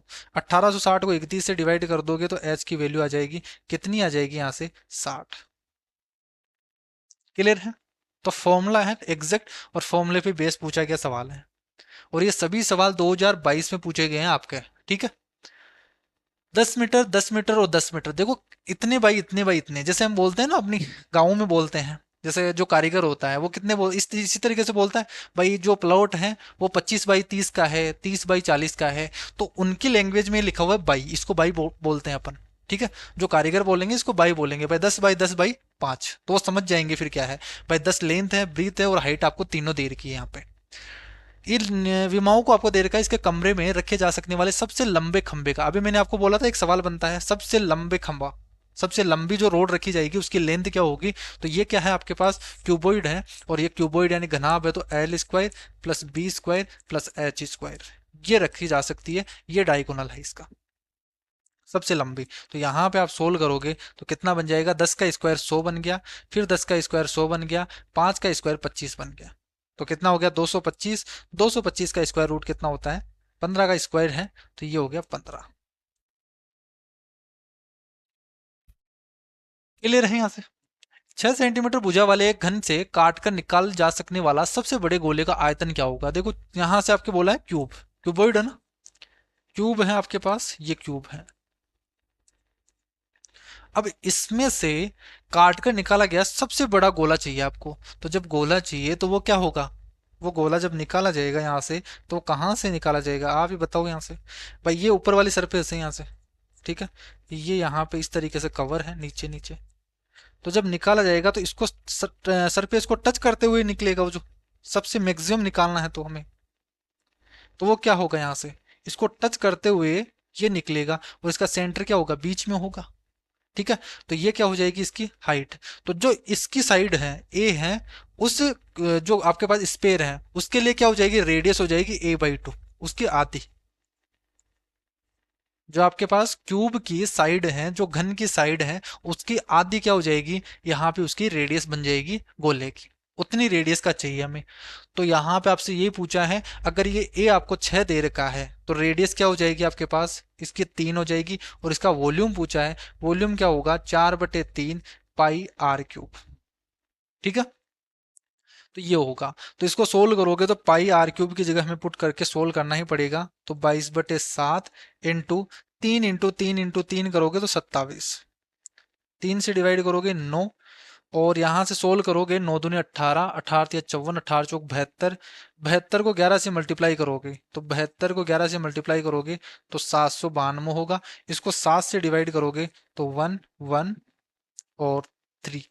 113.142857 आएगा यहाँ से। 113.142857 इस तरीके से चलता जाएगा। तो ये इसका आंसर बन जाएगा यहाँ से। क्लियर है। अब यहाँ पे देखो एक ट्रिक काम आती है कैलकुलेशन की, कि जैसे मैंने यहाँ से ऊपर मल्टीप्लाई किया, ठीक है, तो मैं हमेशा इस तरीके से मल्टीप्लाई नहीं करता। देखो 9 को 4 से मल्टीप्लाई किया यहाँ से, तो 9 चौक 36 बना, ठीक है। तो 36 बना, 36 को 22 से मल्टीप्लाई करना था, तो 36 को 22 से तो मल्टीप्लाई नहीं कर सकते ऐसे, तो मैंने क्या किया, 36 को 2 से मल्टीप्लाई कर दिया, तो 72 बन गया। और 72 को अब किससे मल्टीप्लाई करना है, 11 से। तो 11 से मल्टीप्लाई करने की ट्रिक है, याद रखना हमेशा, अलग से बता देता हूँ, बहुत इंपॉर्टेंट है और मेंसुरेशन में काम आएगी। जैसे मान लीजिए 1 2 3 है, कुछ भी नंबर 123, इसको आपको 11 से मल्टीप्लाई करना है, ठीक है। तो आपको क्या करना है, इधर से चलना है आपको, राइट साइड से लेफ्ट साइड की तरफ। तो सबसे पहले 3 को लिख दो, फिर जोड़ते चलना है। 3 को 2 में जोड़ोगे तो यहाँ पे 5 बन गया, फिर 2 में 1 जोड़ोगे 3 बन गया, और फिर 1 का 1 बच गया, इसको लिख दो। ये बन गया 11 की ट्रिक। तो जैसे मैंने यहाँ पे मल्टीप्लाई किया, देखिए 72 आया था, तो 72 को 11 से मल्टीप्लाई करना था, तो मैंने कैसे किया, भाई ये 2 है, 2 को 2 लिख दिया यहाँ पे, 7 और 2 बीच में उसका 9 लिख दिया, और 7 का 7 लिख दिया, ये हो गया। जैसे कितनी भी बड़ी हो आपके पास, 3 2 5 7 8 9 इस तरीके से हो, इसको अगर 11 से मल्टीप्लाई करना हो तो क्या लिखोगे, 9 का 9 लिख दोगे, 9 और 8 जोड़ोगे तो 17 का 7 हासिल 1 चली जाएगी, 7 7 14 15, 15 का 5 लिख दोगे, आगे हासिल चली जाएगी 1, 5 और 7 12, 12 और 1 13, हासिल 1 आगे चली जाएगी, 5 और 2 7, 7 और 1 8 बन जाएगी, 3 और 2 5, और 3 का 3, ये हो गया। ठीक है, इस तरीके की और भी कैलकुलेशन रहती है, जैसे 5 से मल्टीप्लाई करने की, 25 से मल्टीप्लाई करने की। तो इस तरीके की एक पीडीएफ है मेरे पास, तो कैलकुलेशन की आप पीडीएफ ले सकते हो अगर आपको कैलकुलेशन में बहुत ज़्यादा दिक्कत आ रही है तो। ठीक है, वो आपको 21 रुपीज़ में ही मिल जाएगी, जितने भी आपको 5 से मल्टीप्लाई करना हो, 25 से मल्टीप्लाई करना हो, इसे शॉर्ट शॉर्ट जो मल्टीप्लीकेशन ट्रिक रहती है ना, वो सभी इस ट्रिक्स में मिल जाएगी। ठीक है, बाकी अगर फिर भी पीडीएफ से नहीं समझ में आता तो कोर्स है, तो वो परचेज कर सकते हो। यदि किसी घन के सबसे लंबे विकर्ण की माप, अब आप देखो उल्टा दे दिया यहाँ पे, घन का आपको विकर्ण दे रखा है, तो वो क्या होता है, √3 × a, यही तो होता है। ये आपको दे रखा है √432, ये दे रखा है। तो देखो इस तरीके से आपको सोल्व नहीं करने की जरूरत है यहाँ पे, ये इस तरीके से आप इक्वल करो, फिर क्यूब करो, और वो करो ना। यहाँ पे क्या करना आपको, देखो क्या दे रखा है, √3a के मल्टीपल होगा ना, तो इस 432 को √3 का मल्टीपल बना दो आप, यानी इसमें से 3 कॉमन ले लो, तो कितना बनेगा, 3 एकम 3, 3 चौक 12, और 3 चौक 12, इसको इस तरीके से लिख सकता हूँ। अब यहां से ये क्या दिख रहा है आपको, 144 12 का है क्या रूट, तो इसको बाहर ले आओ तो बाहर बन गया 12 और ये बन गया रूट 3। ये लो यहाँ से, तो ये किसका मल्टीपल है, रूट 3 इंटू ए है, तो ए क्या आ गया यहाँ से 12 आ गया। ए कितना आ गया 12 आ गया। और इसका वॉल्यूम पूछा है तो ए क्यूब निकालना है, तो 12 का क्यूब, अब 12 का क्यूब आपको याद होना चाहिए, 12 का क्यूब कितना होता है 17 28। नेक्स्ट देखो यहाँ से क्रमशः 8 सेंटीमीटर 1 सेंटीमीटर और 6 सेंटीमीटर भुजा वाले 3 ठोस घनों को पिघलाकर, फिर से देखो वहां से वही सेम सवाल आ गया कि पिघलाकर एक नया घन बनाया जाता है तो नए घन का विकर्ण क्या होगा। तो जब भी नया इस तरीके से मेल्ट करके बनाया जाए तब आप क्या करोगे, वॉल्यूम इक्वल करोगे। तो यहाँ से पहले वाले का वॉल्यूम क्या हो जाएगा, आप बोलोगे 8 का क्यूब, दूसरे वाले का क्या हो जाएगा 1 का क्यूब, तीसरे वाले का क्या हो जाएगा यहाँ से 6 का क्यूब। ये किसके बराबर हो गया, ये वॉल्यूम हो गया, सभी का वॉल्यूम हो गया। इसको पिघलाकर एक नया क्यूब बनाया जाता है। इसका अब नया क्यूब बनाया जाता है, उसकी साइड हमें माननी पड़ेगी, तो उसकी साइड मान लेते हैं ए है, तो इसका वॉल्यूम क्या होगा 1 की पावर 3 होगा, एक क्यूब हो गया। इसको सोल्व करेंगे तो ये तो होता है 512, 5 8 का क्यूब प्लस 1 प्लस 216, ठीक है। तो यहां से ये एक क्यूब के बराबर हो गया, इनको जोड़ोगे 5 2 7 729 बन गया क्या ये, ठीक है। 729 बराबर ए क्यूब है, तो ये क्यूब हटेगा यहाँ से और ये क्यूब रूट लग जाएगा। तो 729 किसका क्यूब रूट होता है 9 का। तो यहां से ए की वैल्यू कितनी आ गई 9 आ गई। और आपसे यही पूछा है इसका विकर्ण क्या होगा, विकर्ण क्या होगा, विकर्ण होता है रूट 3 इंटू साइड, तो 9 इंटू रूट 3, ये आ गया अपना आंसर। एक शंकु का, अब देखो यहाँ पे आ गया आपके पास कौन। अब बात करते हैं अपन कौन की। कौन क्या होता है, अब कौन तो सभी ने खाया है तो वही होता है कौन, बस अलग से क्या सीखना है इसमें, सब ने खाया हुआ है कौन, ठीक है। इसमें हम क्या करते हैं सीधा पढ़ते हैं, ठीक है। और आपका कौन कैसा होता है, इस तरीके से होता है कौन, और इसके ऊपर क्या लगी होती है आइसक्रीम, ये लगी होती है।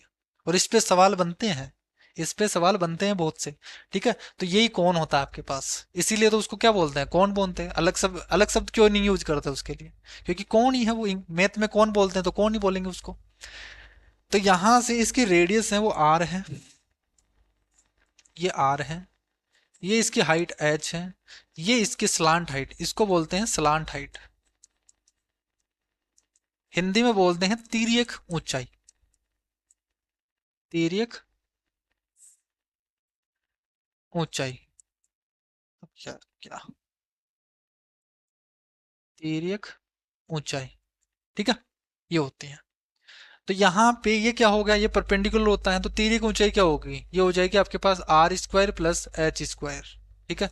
तो एल की वैल्यू होती है R square plus H square. तो कभी भी आपको इनमें तीनों में से दो चीज दी गई होगी, तीसरी चीज आप खुद निकाल सकते हो। तो यहाँ पे कभी कभी आपको आर दे देगा एच दे देगा, तो फिर स्लांट हाइट यानी पाई आर एल आपको पूछा जाएगा कर्व सरफेस एरिया यहाँ से। अगर यहाँ से एल दे देगा तो फिर यहाँ पे वॉल्यूम पूछ लेगा, एच निकालना पड़ेगा आपके पास, ठीक है। तो ये आपके पास रिलेशन है आर और एच में, तो इस तरीके से इनका निकाल सकते हो। तो जैसे यहाँ से आपसे पूछा जाएगा इसका कर्व सरफेस एरिया क्या होगा, तो याद रखना हमेशा इसका कर्व सरफेस क्या एरिया क्या होगा, pi into R into L. Pi into R को एल से इस स्लांट हाइट से मल्टीप्लाई करोगे तब आपके पास कर्व सरफेस एरिया आएगा पाई आर एल। तो कभी भी आपके पास सीधा सीधा नहीं दे रखा होगा, यदि इजी होगा तो सीधा दे देगा, एल दे देगा आर दे देगा और पूछ लेगा कर्व सरफेस एरिया क्या होगा। लेकिन ज्यादातर क्वेश्चन में क्या बोलेगा, आर दे देगा और एच देगा और फिर आपसे बोलेगा इसका कर्व सरफेस एरिया क्या है, ठीक है। तो आर दे देगा एच दे देगा फिर एल आपको खुद को निकालना पड़ेगा, तब आपके पास कर्व सरफेस एरिया का। जैसे बच्चे क्या कर देते हैं, जैसे ऐसे कर देते हैं, आपको दे देगा आर बराबर 7 और एच बराबर दे देगा 24, ठीक है। और आपसे पूछ लेगा कर्व सरफेस एरिया बताओ, तो बच्चा क्या करेगा, यहां से उसको पता है कर्व सरफेस एरिया क्या होता है पाई आर एल होता है, तो वो कर देगा पाई की वैल्यू 22/7, आर की वैल्यू 7 और एल की वैल्यू भी 24 फुट कर देगा, और यहाँ पे गलत कर दिया उसने, ठीक है। यहाँ पे आपको पूरा सोल्व करना पड़ेगा, भाई ये आर है, ये आपके पास 24 है तो ये 25 होगा, फिर यहाँ पे सोल्व करोगे 25 रख के, 24 की जगह 25 रखना पड़ेगा फिर, ठीक है। तो यहाँ पे ध्यान रखना आपको सीधा सीधा नहीं दे रखा होगा, कभी कंफ्यूज करने के लिए ये दे देगा आर दे देगा एच दे देगा और फिर पूछेगा कर्व सरफेस एरिया एल आपको खुद से निकालना पड़ेगा, R square plus H square का रूट करके निकालोगे एल, ठीक है।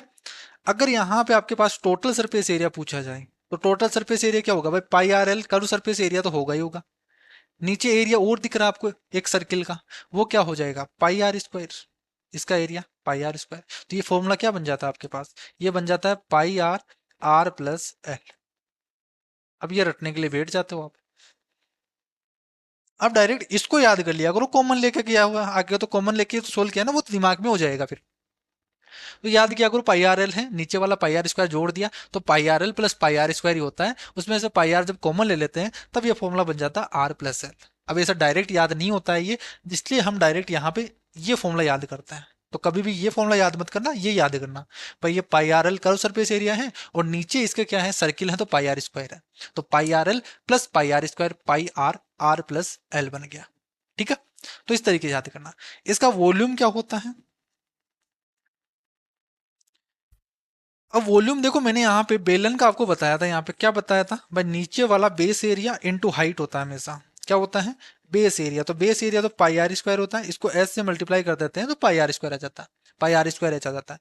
लेकिन कौन में क्या होता है, इसमें क्या हुआ है, इसमें से इस पार्ट में से काट दिया गया है देखो। अगर इसको हम बराबर बराबर कर देते तो ये क्या बन जाता आपके पास, ये बेलन बन जाता। तो बेलन में से काटा गया है, इसको तिकोना काट दिए यहाँ से। और ये वो टोटल जो बेलन होता है ना, उसका एक तिहाई हिस्सा है ये, एक तिहाई हिस्सा है, जो बाकी का बचा होता है ना, वो दो तिहाई हिस्सा बच जाता है उसके पास। तो ये वॉल्यूम है वो एक तिहाई है, किसका, किसका है, बेलन का। तो बेलन का एक तिहाई है, तो बेलन का वॉल्यूम क्या होता है, पाई आर स्क्वायर एच। ये बेलन का वॉल्यूम है पाई आर स्क्वायर एच, और इसका कितना हिस्सा है, 1/3। तो 1/3 पार्ट उस बेलन में से निकाल लिया इसने, तब ये यहाँ पे कौन बन गया है। ठीक है, और अगर आपसे इस टाइप से सवाल बन जाए कि एक बेलन था, उसमें से एक शंकु काटा जाता है, तो ये शंकु काट दिया, तो बाकी का बचा हुआ वॉल्यूम कितना होगा, तो क्या यहां से आप बता सकते हो क्या, ये तो कितना है, 1/3 है। ठीक है, ये 1/3 है, ये टोटल एक था, एक में से 1/3 घटा दिया, तो जो बाकी का वॉल्यूम बचेगा ना इसको निकालने के बाद में, भाई ये बच जाएगा आपके पास इस तरीके से, इस तरीके का बचेगा आपके पास, ये यहाँ पे ये वाला पार्ट। ठीक है, पूरा पूरा, और बीच में से इसको खोखला कर दिया, तो वो होगा 2/3 पाई आर स्क्वायर एच, ये होगा। तो कभी वॉल्यूम में यहाँ पे इसका रेशियो भी पूछ ले जाता है, भाई अगर एक सिलेंडर में से इस कोन को निकाल दे, कोन को निकाल दे, तो बाकी का जो बचा हुआ वॉल्यूम है उसका वॉल्यूम का और जो ओरिजिनल है उसका रेशियो पूछ ले, या फिर इसका कोन का और जो बचा हुआ पार्ट है उसका वो रेशियो पूछ ले, तो फिर वो उसी तरीके से निकालते हैं। भाई टोटल 3 हिस्सा है, 3 में से ये एक हिस्सा निकाल दिया। ठीक है, तो जो बाकी का बचा हुआ वो 2 होगा और ये 1 है, तो 2:1 इसका हो गया। उसकी बात करें तो यहाँ पे 2:3 हो गया उसका।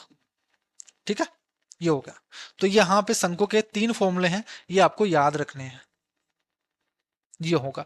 और इस वॉल्यूम में आपको क्या दे रखा होगा, यहाँ पे फॉर्मूले में आपसे दे रखा होगा आर दे देगा, और एच ना दे के एल देगा, स्लांट हाइट देगा। ध्यान रखना यहाँ से स्लांट हाइट और हाइट में अंतर होता है, तो आपको स्लांट हाइट देगा और फिर आपको एच निकालना है। जैसे यहाँ पे आपको दे दे आर बराबर 7 दे दे, और यहाँ पे एच है, स्लांट हाइट एल दे दे आपको, स्लांट हाइट एल आपको दे दे 25। ठीक है, तो फिर आपको एच निकालना पड़ेगा। एच कैसे निकालोगे, बस स्लांट हाइट के स्क्वायर 25 का स्क्वायर में से 7 का स्क्वायर घटा दोगे, तब आपके पास ये आ जाएगा 24। इसको सोल्व करोगे तब एच 24 आएगा, और फिर पुट करोगे यहाँ पे, तो स्लांट हाइट दे दे तो फिर आपको रियल हाइट निकालनी है। और यहीं पे बच्चे गलत कर देते हैं एग्जाम में, आपको स्लांट हाइट दे दी जाती है और वो निकाल देते हैं यहाँ से, डायरेक्ट हाइट में पुट कर देते हैं।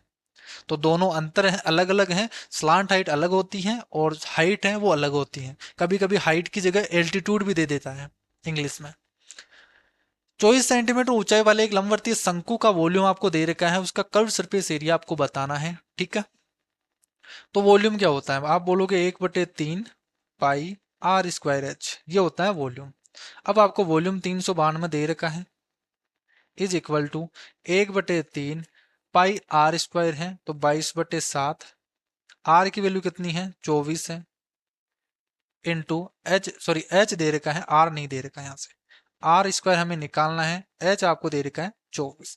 यहां से आप सोल्व करके एच निकालोगे, सॉरी आर निकालोगे, तो कितना आ जाएगा यहाँ से, तो 3 × 3 = 24 हो गया, और 7 से तो डिवाइड नहीं हो रहा, लेकिन यहाँ से 8 से डिवाइड हो जाएगा, 8×4 = 32, 4 बार चला गया, और यहाँ से पाई होगा ना, 392 पाई दे रखा है, 392 पाई की वैल्यू पुट करने की जरूरत ही नहीं है भाई, 392 पाई दे रखा है is equal to 1/3 pi are square into 24। ठीक है, 3 से डिवाइड करोगे 8 बार, पाई से पाई चला गया, 8 से डिवाइड करोगे यहाँ से, 8 चौक 32, और कितना बच गया, 8 9 72 हो गया। तो आर स्क्वायर इक्वल टू 49 है, तो आर की वैल्यू कितनी आ गई यहाँ से, आप बोलोगे 7 आ गई, रेडियस 7 आ गई। और पूछा क्या है इसका वक्र पृष्ठीय क्षेत्रफल क्या होगा, वक्र पृष्ठीय क्षेत्रफल होता है pi R L. Curve surface area क्या होता है, पाई आर एल। अब आपको एल पता है क्या, यहाँ पे एल तो पता है ही नहीं, तो आप खुद निकालोगे एल कैसे, अभी मैंने आपको बताया था, आर आपको पता चल जाएगा, एल आपको दे ही नहीं रखा होगा, फिर कर्व सरफेस एरिया बोलेगा। तो यहाँ से 22/7, आर की वैल्यू तो हमने निकाल ली भाई, 7 है, ठीक है, ये 7 है, इंटू एल तो हमें पता ही नहीं है, ये आपके पास हाइट दे रखी है ना कि स्लांट हाइट। तो आप कैसे निकालोगे भाई, ये शंकु है, इसकी रेडियस कितनी है, 7 है, ये हाइट आपको दे रही है 24, और अभी आपको निकाल के बताया था मैंने कितना आएगा यहाँ से 25, यही एग्जांपल लेके बताया था, 7 24 25 ट्रिपलेट होते हैं, तो ये हो गया 25 इसकी स्लांट हाइट। ठीक है, 7 से 7 चला गया, और 25 को 22 से मल्टीप्लाई करना है, तो क्या कर देंगे, 25 को 2 से मल्टीप्लाई करेंगे 50 बनेगा, 50 को 11 से मल्टीप्लाई करेंगे 55 बनेगा, और आंसर आ जाएगा यहाँ से, क्या हो गया यहाँ से, गलत हो गया क्या, 7 है, 7 24 25 है, पाई आर एल करोगे 7 से, आर की वैल्यू 7 आ गई, 7 से 7 चला गया, 25 × 22 करोगे, तो 25 × 22 करोगे तो कितना आएगा यहाँ से, 25 × 22, ये तो गलत आ रहा है फिर, 392 है, और यहाँ से आर की वैल्यू 7 आ गई, ठीक है। और इसका बताना है कर्व सरफेस वॉल्यूम, कौन का बताना ना, पाई आर एल तो है, होता है यहाँ से, तो पाई आर एल पुट करोगे तो 22/7, 25 × 50, 25×2 = 50, तो यहाँ से तो 550 आ रहा है, ऐसा कैसे हुआ, लेकिन यहाँ से तो पाई में ही पूछा ना, ऑप्शन तो आपके पास पाई का ही दे रखा है, हम तो पूरा सोल्व कर रहे हैं यहाँ से, तो सोल्व करने की जरूरत नहीं है, ऑप्शन में तो पाई की जगह पाई रख रखा है, तो आर की वैल्यू 7 है और एल की वैल्यू 25 है, और पाई की जगह पाई पुट कर दो, 25 × 7 कितना हो गया, 175 पाई। ठीक है, तो कभी कभी ऑप्शन देखने में भी हो जाता है, हम डायरेक्ट आंसर निकाल रहे हैं, ऑप्शन आपको पाई की फॉर्म में दे रखा है, तो पाई तो रखना ही नहीं है हमें। यहां से देखो, एक शंकु का कर्व सरफेस एरिया आपको दे रखा है, शंकु का व्यास दे रखा है, तो डायमीटर कितना हो जाएगा, डायमीटर इतना है, तो रेडियस हो जाएगी आपके पास 14 सेंटीमीटर। शंकु की तिर्यक ऊंचाई बतानी है, स्लांट हाइट बतानी है।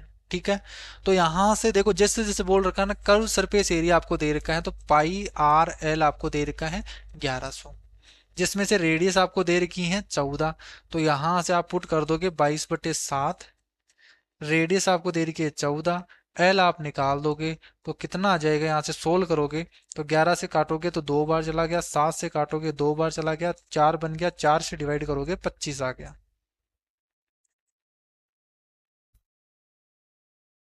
एक शंकु की तिर्यक ऊंचाई और स्लांट हाइट दे रखी है आपको एल, और रेडियस दोनों दे रखी है, स्लांट हाइट आपको दे रखी है 12 सेंटीमीटर, और रेडियस दे रखी है 7 सेंटीमीटर।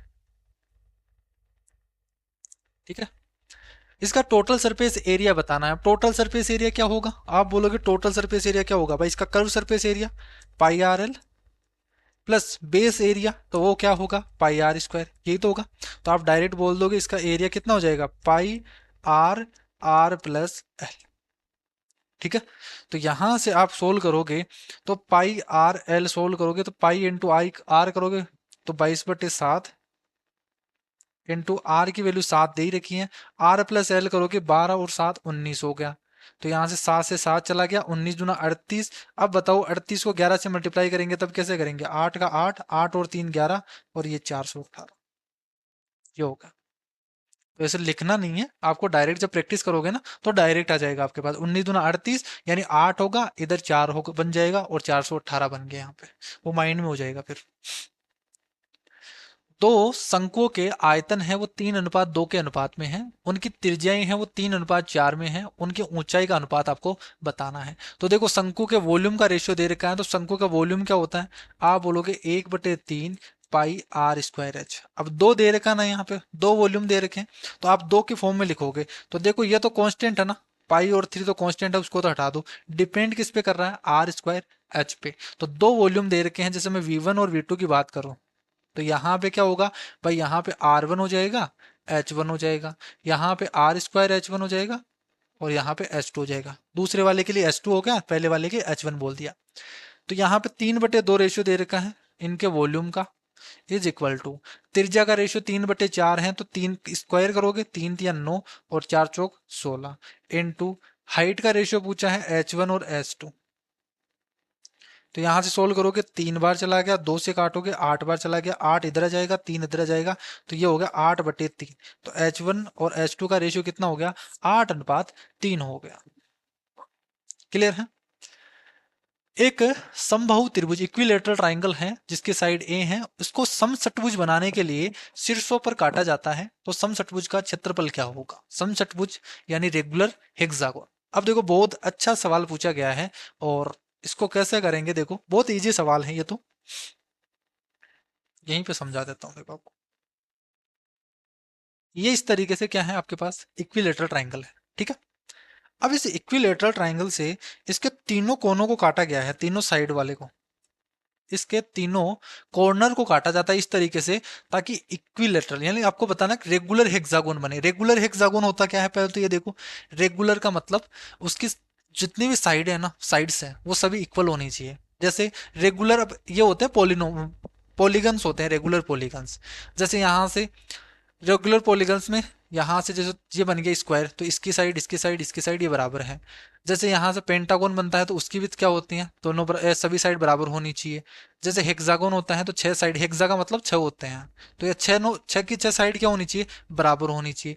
तो जिनकी साइड बराबर हो, सभी साइड्स बराबर हो, उसको क्या बोलते हैं, और सभी कोण बराबर हो, ठीक है, वो क्या बन जाते हैं आपके पास, रेगुलर पॉलीगन बन जाते हैं, ठीक है।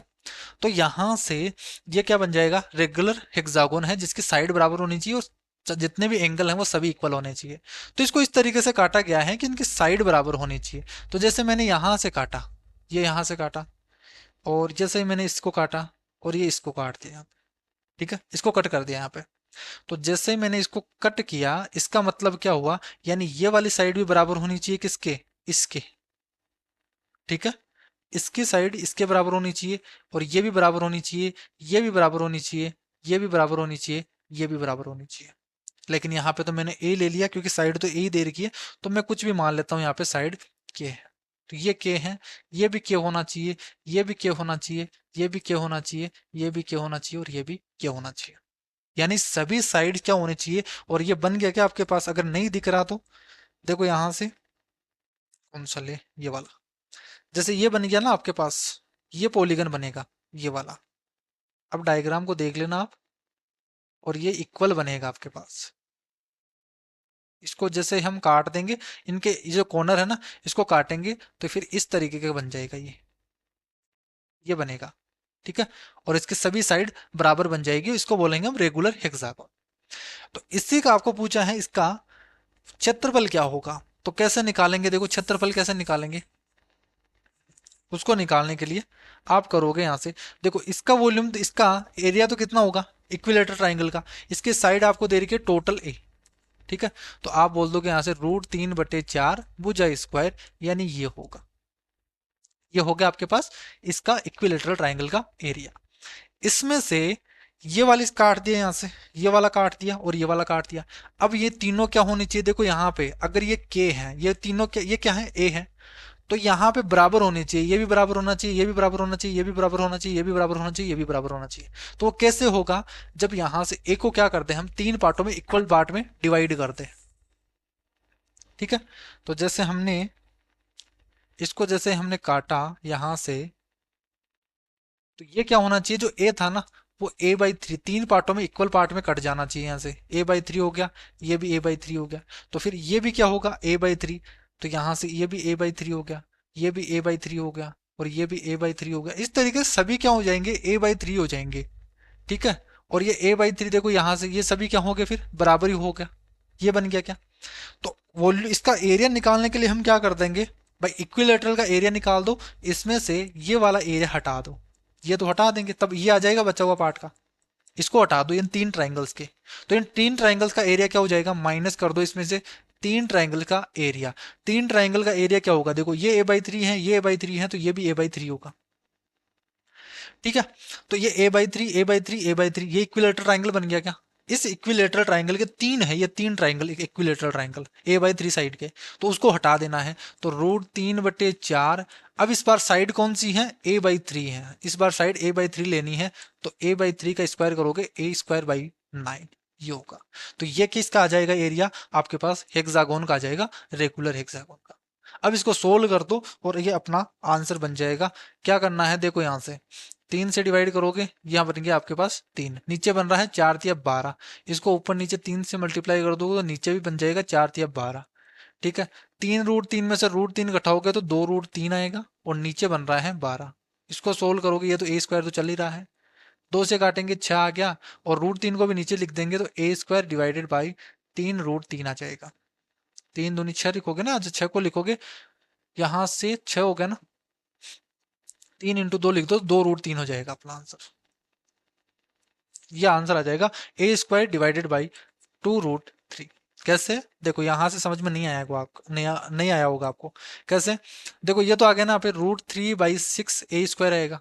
इस 6 को मैंने क्या लिख दिया, 2×3 लिख दिया। इस 3 को हम क्या लिख सकते हैं, √3 × √3। कोई भी अगर आपको दे रखा हो इस तरीके से, तो ये क्या बन जाता है, √3 का स्क्वायर यानी 3 बन जाता है। तो मैंने 3 को उल्टा लिख दिया। ठीक है, तो √3 × √3, एक √3 से एक √3 चला गया और नीचे बच गया 2√3, ये हो गया। अब बात करते हैं यहां से, एक ट्राइंगल की दो साइड्स बराबर हैं, ये आ गया आपके पास आइसोस्लेस ट्राइंगल। ठीक है, समद्विबाहु त्रिभुज। अब समद्विबाहु त्रिभुज क्या होता है उसकी भी बात कर लेते हैं। जब सभी बात कर लिए तो समद्विबाहु त्रिभुज को क्यों छोड़े। तो समद्विबाहु त्रिभुज क्या होता है, देख भाई, समद्विबाहु, इसका नाम से आपको पता चल रहा है दो भुजाएं क्या होगी इसकी, बराबर होगी। ठीक है, जैसे यहां से बोल दे, साइड है आपके पास, ये ए है, ये बी है, ये सी है, तो इसकी ये दोनों साइड क्या हो जाएगी, दो साइड कोई सी भी हो सकती है, हम दोनों ये ले रहे हैं, ये भी हो सकती है, ये भी हो सकती है। ठीक है, तो दो साइड बराबर होगी, उसको क्या बोलेंगे अपन, इक्विलेटरल ट्राइंगल। अगर ये साइड बराबर है तो इसके सामने के एंगल भी बराबर होंगे, ये अगर थीटा होगा तो ये क्या होगा, ये भी थीटा ही होगा। ठीक है, तो कभी भी आपसे इस तरीके से बोला जाए एक एंगल दे दे इक्विलेटरल ट्राइंगल का, तो बाकी के दो एंगल आप निकाल सकते हो। कैसे, जैसे मान लीजिए ए एंगल आपको दे दे, भाई ए एंगल है आपके पास, जैसे मैंने बोल दिया 40 डिग्री है, तो बाकी के बचे हुए जो एंगल हो गए ना बी और सी, वो कैसे निकाल दोगे आप, टोटल 180 होता है, 180 में से 40 घटा दोगे 140 होगा, और 140 को बराबर बराबर भागों में बांट दो, तो ये भी 70 हो जाएगा, ये भी 70 हो जाएगा, और ये 40 हो गया। तो बताओ यहाँ से क्या हो गया, ये 40 आ गया क्या, ये 40 70 70 हो जाएगा। तो कभी कभी आपके पास इस तरीके से डायरेक्ट एंगल भी पूछ लेता है। तो ये तो हो गया एंगल वगैरह की बात की। बाकी इसमें हम बात करेंगे इसका एरिया। ठीक है, एरिया कैसे निकालते हैं, जैसे ये बेस है बी, ये साइड अलग होगी और ये साइड सेम होगी ए और ए। ठीक है, तो यहां से इसका एरिया निकालें, तो एरिया आपको फॉर्मूला याद करने की जरूरत नहीं है, आप डायरेक्ट निकाल सकते हो। कैसे, देखो इक्विलेटरल जो आइसोसेलेस ट्राइंगल होता है इसमें ये होगा परपेंडिकुलर, ये बी है तो ये इक्वली बाइसेक्ट करेगा, तो b/2 होगा, और ये भी b/2 होगा। ठीक है, तो एरिया क्या होगा, यहां से एरिया आप बोलोगे 1/2, आधार आपके पास कितना है, इसका बेस कितना है b, इंटू हाइट आपको चाहिए, ये हाइट आपको नहीं दे रखी ना, तो हाइट कैसे निकाल लोगे आप, पाइथागोरस थ्योरम से निकाल दोगे। पाइथागोरस थ्योरम क्या होती है भाई, कर्ण का स्क्वायर हाइपोटेनस के स्क्वायर में से बेस का स्क्वायर, आधार का स्क्वायर घटा दोगे, तो ये जो हाइट होगी आपके पास h, ये कितनी आ जाएगी, रूट कर्ण का स्क्वायर करोगे a² माइनस बेस का स्क्वायर b²/4, ये आ गई आपके पास हाइट। ठीक है, तो जो फॉर्मूला बन जाता है वो बन जाता है b/2 root a² minus b²/4। इसी को हम इस तरीके से भी लिख सकते हैं भाई, 4 को अगर कॉमन ले ले तो नीचे बन जाएगा b/4 बाहर आके, और ये बन जाता है 4a² माइनस b²। लेकिन इतना बड़ा और इतना कैलकुलेटिव है कि किसी को याद ही नहीं रहता ये। लेकिन याद करने की जरूरत भी नहीं है आपको। ठीक है, याद करने की जरूरत नहीं है, बस आपको पता होना चाहिए भाई हाइट कैसे निकालते हैं, बस हाइट निकाल लो। बाकी ये तो सब दे रखा होगा। बाकी इसका पेरीमीटर आपको पता है, पेरीमीटर क्या हो जाएगा, दो साइड बराबर है तो 2a और प्लस बी, ये होगा इसका पेरीमीटर। बस इसमें तो इतना ही इंपॉर्टेंट है। एक त्रिभुज की दो साइड बराबर दे रखी है, तीसरी साइड इनमें से किसी भी भुजा की 1/5 गुनी है, तो इस तरीके से बोल सकता हूं मैं भाई एक ट्राइंगल है 1/5 गुनी है और इसका पेरीमीटर है वो 14 है, तो इस तरीके से बोल दो भाई एक है ये एक है तो ये 1.5 होगी। भाई ये 1 सेंटीमीटर है ये 1 सेंटीमीटर है तो इसका 1.5 है तो 1.5 हो गई। इसका पेरीमीटर आपको 14 दे रखा है, तो देखो 1, 2, 3 और 3.5, 3.5 यूनिट की वैल्यू आपको दे रखी है 14। कितनी? 14 इकाई, 14 दे रखी है। तो मुझे बताओ एक यूनिट की वैल्यू कितनी हो गई। तो यहां से आप किससे डिवाइड करोगे, 14 को 3.5 से डिवाइड करोगे, पॉइंट को उठाओगे 140 बनेगा, 35 से डिवाइड करोगे तो 4 बार चला गया, 35×2 = 70 और 7×9 = 14, यानी एक यूनिट की वैल्यू 4 है, यानी ये 4 इकाई है और ये रियल वैल्यू है 4, और इसकी सोल्व करोगे तो कितनी आ जाएगी यहाँ से, 15×4 = 60 यानी 6। ठीक है, ये 4 सेंटीमीटर, इस तरीके से बोल दी भाई 4 सेंटीमीटर है, ये 4 सेंटीमीटर है तो ये 6 सेंटीमीटर होगी, ये हो गई आपके पास। इसका आपको बताना है इकाई में, वर्ग क्षेत्रफल बताना है, ये इकाई में दे रखा था। इसका एरिया कितना होगा, तो यहां से हाइट निकाल सकते हो, फॉर्मूला मुझे भी याद नहीं है, अभी मैंने करवाया मुझे भी याद नहीं, नहीं याद रखना आपको। ठीक है, डायरेक्ट आप कर दोगे 6 है तो ये 3 होगी, ये हाइट क्या हो जाएगी, 4 का स्क्वायर में से 3 का स्क्वायर कर दोगे तो यहां से 4 ही आएगा ना। ठीक है ना, 35×2 = 70, तो 16 में से 9 घटा दोगे तो ये 7 आएगा, और 7 का रूट कर दोगे √7, तो बस हाइट आ गई आपके पास। अब एरिया निकाल दोगे 1/2, बेस होता है 6, हाइट होता है √7, ये हो गई √7, तो यहां से कितना आ गया, 3√7। तो फॉर्मूला वगैरह याद करने की जरूरत नहीं है, डायरेक्ट आप निकाल सकते हो। एक निश्चित आपको दे रखा है रेक्टेंगल है जिसकी लंबाई चौड़ाई का अनुपात दे रखा है, इसका एरिया दे रखा है, इसका पेरीमीटर क्या होगा, तो एरिया क्या होता है, लेंथ इंटू ब्रेथ। ठीक है, लेकिन ये इसी यूनिट में है तो 3×2 = 6, अगर मैं इसको अक्स मानू 3x और 2x मानू तो 6 अक्स स्क्वायर होगा = 150, तो अक्स स्क्वायर की वैल्यू कितनी हो गई, 25, अक्स स्क्वायर की वैल्यू कितनी हो गई 25, तो अक्स की वैल्यू कितनी हो गई 5, तो यहां से लेंथ कितनी हो गई 3x है तो 15, और बी कितना हो गया यहाँ से 5×2 = 10, ये होगा। आपसे पूछा इसका पेरीमीटर, तो पेरीमीटर क्या होता है 2l+b, तो 15×10 = 25, 25 का डबल करोगे तो कितना आ जाएगा 50 सेंटीमीटर। एक अधिकतम संभावित लंबाई ज्ञात कीजिए जिसका उपयोग करके लंबाई को सटीक रूप से मापने के लिए किया जा सकता है। देखो इस टाइप का सवाल है ना, बहुत बार पूछा गया है। तो कभी भी आपको इस तरीके से बोला जाए कि 3-4 आपको दे दे लेंथ, और आपसे बोला जाए कि ऐसी लेंथ बताओ जो इनको एग्जैक्ट आप माप सको, तो ये होता है इसका एचसीएफ। इनमें कॉमन क्या आ रहा है, एचसीएफ, एचसीएफ निकाल दो इसका। अब यहाँ पे ऑप्शन में देखो सभी सेंटीमीटर में चल रहे हैं तो सेंटीमीटर में कन्वर्ट करना पड़ेगा, तो ये है 875 सेंटीमीटर, ये आपके पास 175 सेंटीमीटर, ये आपके पास 1220 सेंटीमीटर। ठीक है, अब देखो यहाँ से किससे डिवाइड हो रहा है, ये तो 25 से तो डिवाइड नहीं हो रहा, तो 5 से ही डिवाइड होगा तो 5 ही आ जाएगा इसका आंसर। तो 5 सेंटीमीटर की ऐसी होगी अधिकतम आपके पास संभावित लंबाई जो इनको नाप सकेगी, तो 5-5 मीटर से कितनी भी बड़ी हो इनको सबको नाप सकते हैं, तो एचसीएफ आपको निकालना होता है इनका। अब देखो मैं जो बात कर रहा था खिलौने वाले की, एक खिलौना है अर्धगोले के ऊपर लगा हुआ है और इसके ऊपर शंकु रखा हुआ है, तो देखो यहां से इस तरीके से है, ये आपके पास अर्धगोला है, इसके ऊपर ये शंकु रखा हुआ है। अब आपसे बोला गया है अर्धगोले की त्रिज्या है वो शंकु की त्रिज्या दोनों क्या है, तो यहां से रेडियस है वो आपको 7 सेंटीमीटर दे रखी है, शंकु की ऊंचाई है, ये ऊंचाई हाइट है, ये आपको दे रखी है 5 सेंटीमीटर, और खिलौने का कुल पृष्ठीय क्षेत्रफल आपसे पूछा है, तो कुल पृष्ठीय क्षेत्रफल बताओ। अब देखो ये तो किसी डायग्राम में नहीं होता, आपको दो डायग्राम मिक्स करके दे दिया है, तो इसका कर्व सरफेस एरिया कैसे निकालोगे, टोटल टोटल सरफेस एरिया, तो बस आपको पता होना चाहिए इसका एरिया ही क्या होता है, टोटल सरफेस एरिया, बस एरिया निकाल दो टोटल। तो इसका एरिया तो क्या होगा, देखो इसका एरिया आपको पता है कितना होता है, 4πr² टोटल का होता है, इसका आधे का कितना हो जाएगा 2πr²। ठीक है, इसका एरिया πrl होता है तो इसमें जोड़ दो πrl, तो ये फॉर्मूला बन गया। फॉर्मूला हर का थोड़ी याद करता है अपन, कुछ का बनाना पड़ता है, तो ये होगा, बस इसका मान निकालना है 2πr² और πrl। तो देखो रेडियस तो यहाँ पे 7 दे रखी है, तो क्या मुझे यहां से बता सकते हो कि πr² की वैल्यू कितनी होगी, πr² की वैल्यू 7 के लिए 154, तो डबल कर दोगे तो कितना हो जाएगा 15×2 = 30 और 1 308, डायरेक्ट आ गया बिना सोल्व किए, plus pi R L, L put करोगे, एल तो हमें दे ही नहीं रखा, यहाँ पे तो हाइट दे रखी है, एल निकालना पड़ेगा, तो एल कैसे निकालोगे यहाँ से, भाई यहाँ से 5 दे रखा सेंटीमीटर इसकी हाइट है, और आर इसकी 7 दे रखी है, तो ये वाली क्या होगी एल, एल हो जाएगी 5 का स्क्वायर कर दो 25, 7 का स्क्वायर कर दो 49, और इन दोनों को जोड़ दो, तो यहाँ से कितना बनेगा 50, 74 बन जाएगा, रूट 74 बन गया। अब रूट 74 की वैल्यू तो हमें पता ही नहीं है, लेकिन अप्रोक्सीमेशन में हम ले लेंगे, क्योंकि इसमें बताना है पूर्णांक, अप्रोक्सीमेशन में बताना है। तो देखो किसके स्क्वायर के बीच में है ये, 8 का स्क्वायर होता है 64, 9 का स्क्वायर होता है 81, तो 8 और 9 के बीच में ही हो गई वैल्यू। तो मैं ले लेता हूँ यहाँ से 8 और 9 के, 64 और 81 के लगभग बीचों बीच है, तो मैं तो 8.5 ले लेता हूँ इसको, ठीक है, एग्जैक्ट निकालने की जरूरत ही नहीं है। तो 22/7 आप यहाँ पुट करोगे, 22/7, रेडियस 7 ही दे रखी है, एल कितनी हो जाएगी 8.5 हो जाएगी, 7 से 7 चला गया 8.5 है, 8.5 है, तो देखो 7 से तो 7 चला गया और 8.5 है, तो ये 7 से 7 कट गया, 8.5 का डबल करोगे, 2 से मल्टीप्लाई करोगे तो 17 बनेगा, 17 को 11 से मल्टीप्लाई करोगे तो 17, और बीच में लिख दोगे 187, ये बनेगा। लेकिन 8 को 11 से, 11 8 88, 17 हुआ था ना, 17 इंटू 11 करोगे तो 17 इंटू 11 187 बन गया, ये बन गया, ठीक है।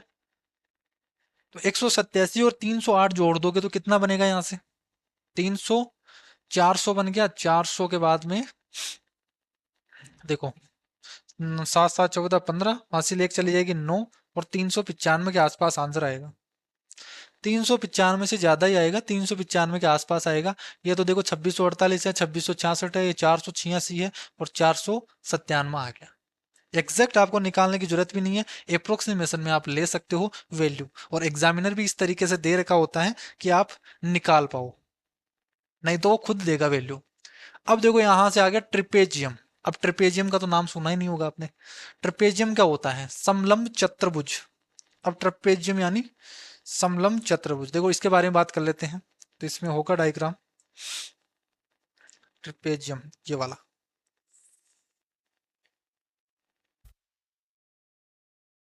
इसको बोलते हैं अपन ट्रिपेजियम, ठीक है।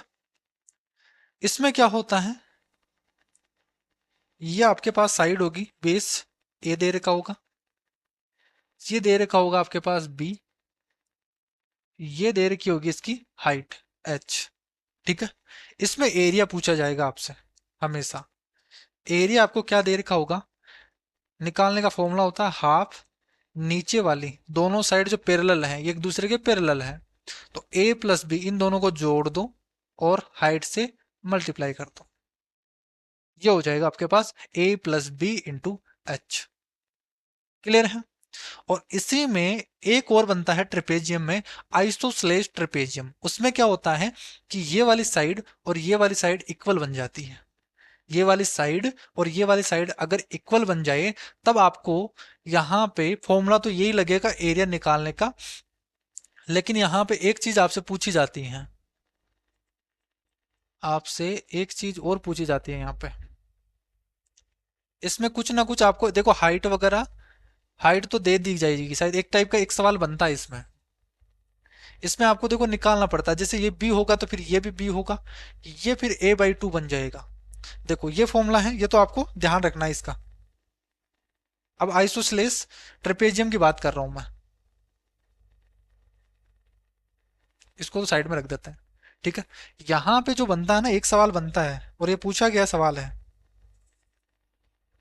यहाँ पे एक कंडीशन ध्यान रखना, जो कभी भी इस तरीके से दे दी जाए, ये बी होगा ना, ठीक है, आपको लेंथ दी गई होती है, और यहां से ये वाली लेंथ पूछ ली जाती है शायद, यही पूछा जाएगा, ठीक है, ये परपेंडिकुलर हो जाएगा। जैसे मान लीजिए ये आपके पास बी दे दे, ये आपको दे देता है जैसे 10, ठीक है, ये 10 दे देता है, और ये दे देता है आपको 20 सेंटीमीटर, और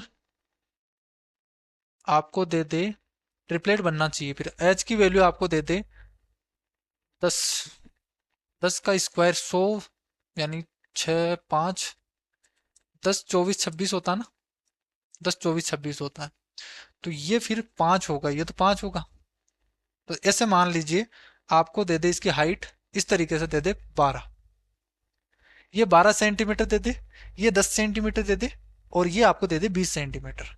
ठीक है। आपसे पूछा जाएगा ये वाली लेंथ, ये कैसे निकालोगे इसमें? तो ये निकालने का तरीका आपको पता होना चाहिए। कैसे? देखो, ये 10 है ना, ये 10 होगा, तो इतनी लेंथ तो क्या होगी, ये तो 10 के बराबर ही होगी क्या? ये 10 के बराबर होगी। अब बाकी की बची कितनी, 20 थी टोटल, 20 में से ये 10 तो हो गई, अब बची 10। अब जो 10 बची ना उसको इक्वल पार्ट में डिवाइड कर दो, यानी ये 5 होगी और ये भी 5 होगी। अगर ये आइसोस्लेस ट्रिपेजियम दे रखा होगा तब भी ये इक्वल इक्वल बटेगी। अगर ये आइसोस्लेस ट्रिपेजियम नहीं दे रखा होगा ना, तब ये इक्वल बांट नहीं सकते अपन, अपन नहीं बांट सकते इसको। अगर ये इक्वल इक्वल इक्वल दे रखा होगा पार्ट में, भाई दोनों इक्वल दे रखे हैं, तभी हम बोल सकते हैं भाई ये 5 और 5 होगी, और तब ये ट्रिपलेट बन जाएगा। ये 5 है, ये 12 है, तो ये वाली वैल्यू आ जाएगी आपके पास 13 सेंटीमीटर। तब आप निकाल पाओगे। और इस पे रिलेटेड सवाल बना है, एसएससी में पूछा गया सवाल है। नेक्स्ट देखो यहाँ से एक समचतुर्भुज के विकर्णों का, अब क्वेश्चन तो वो कर रहे थे अपन, ये वाला ट्रेपेजियम है, इसकी देखो समांतर साइड 12 सेंटीमीटर और 8 सेंटीमीटर दे रखी है, उनके बीच की डिस्टेंस ये दे रखी है। एरिया क्या होगा, एरिया हो जाएगा आमने सामने की साइड जो पैरेलल साइड है उनको जोड़ दो, 12 और 8 20, और हाइट से मल्टीप्लाई कर दो, ये हो जाएगा। आंसर आ जाएगा इसका 160 सेंटीमीटर स्क्वायर। अब आपके पास आ गया समचतुर्भुज, रोम्बस, जो अपेरोलोग्राम, समांतर चतुर्भुज, और एक होता है रोम्बस। ठीक है, जैसे हमने क्यूब क्यूबॉइड पढ़ा, रेक्टेंगल स्क्वायर पढ़ा, इसी तरीके से एक होता है आपके पास ये वाला पैरेललोग्राम, यानी इसको बोलते हैं समांतर चतुर्भुज। समांतर चतुर्भुज, इस पे कोई ज्यादा सवाल नहीं बनते। एरिया इसका लेंथ, एरिया इसका होता है बेस इंटू हाइट, दोनों का ही सेम ही होता है।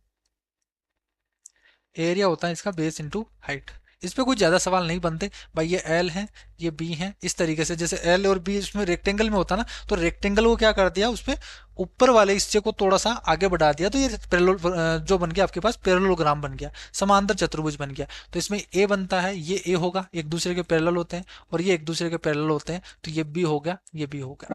एरिया हो जाता है बी इंटू एच। पेरीमीटर निकालना हो तो वही आपके पास 2a+b होता है। एक होता है रोम्बस, जैसे यहाँ पे स्क्वायर की बात करें, इसकी चारों साइड बराबर होगी, तो ये होगा ए, ये ए, ये ए। ठीक है, ये होगा आपके पास। इसमें भी एरिया तो वही होता है आपके पास, एरिया आपके पास होगा बेस इंटू हाइट, तो ए इंटू ये वाली हाइट हो जाएगी एच। लेकिन इसमें जो सवाल बनता है ना, वो बनता है इसके डायगोनल पे। इसके डायगोनल पे सवाल बनता है बहुत ही अच्छा, क्योंकि डायगोनल्स इसके 90 डिग्री पर इंटरसेक्ट करते हैं, जबकि इसके डायगोनल्स ने ना वो 90 डिग्री पे इंटरसेक्ट नहीं करेंगे।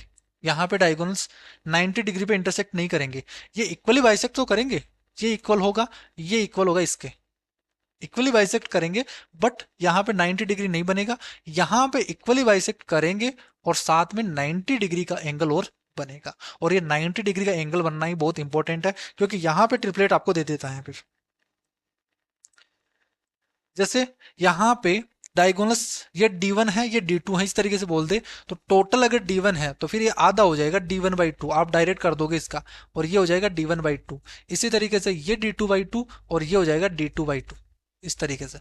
और इसमें 90 डिग्री पे थ्योरम बन जाती है, यानी आपको डायगोनल्स, दोनों डायगोनल्स दे दे तो आप साइड निकाल सकते हो, और अगर आपको साइड दे दे, एक डायगोनल्स दे दे तो दूसरा डायगोनल्स निकाल सकते हो। और डायगोनल्स की फॉर्म में जो एरिया होता है वो होता है हाफ D1 इंटू D2, और इस पे सवाल बनता है, इस पे सवाल बन जाता है। जैसे यह सवाल पूछा गया है कि समचतुर्भुज के विकर्णों का आधा भाग है, यानी आपको D1 का भी आधा दे रखा है, D1/2 और D2/2 दे रखा है, और एरिया पूछा गया है।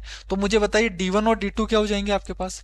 D1 आप बोल लोगे टोटल 150 हो जाएगा, बट D1/2 दे रखा है आपको तो, और D2 आपके पास 180 हो जाएगा। ठीक है, तो हाफ D1 D2 करोगे एरिया निकालने के लिए, तो एरिया क्या हो जाएगा, हाफ D1, क्या हो रखा है इस, एरिया हो जाएगा हाफ D1 होगा 150 और D2 होगा 180। ठीक है, इसको सोल्व करोगे तो ये 90, और 15 इंटे 15 नामे 135, और ये हो गया 00। ये आंसर आ गया। नेक्स्ट देखो यहाँ से, बहुत ज्यादा सवाल हो गए कैसे, 42 क्वेश्चन हो गए, मैं 30 क्वेश्चन सोच रहा था। इसमें बताना आपको शेडेड पार्ट का एरिया बताना है, छायांकित भाग का क्षेत्रफल बताओ। तो ये तो बहुत इजी सवाल है, और कभी कभी इस टाइप के सवाल पूछ लेते हैं। ठीक है, देखो कैसे निकालेंगे। इसमें रेक्टेंगल दे रखा है और बोला क्या है, ए सी डी एफ एक रेक्टेंगल है, ए सी की लेंथ है वो 90 है,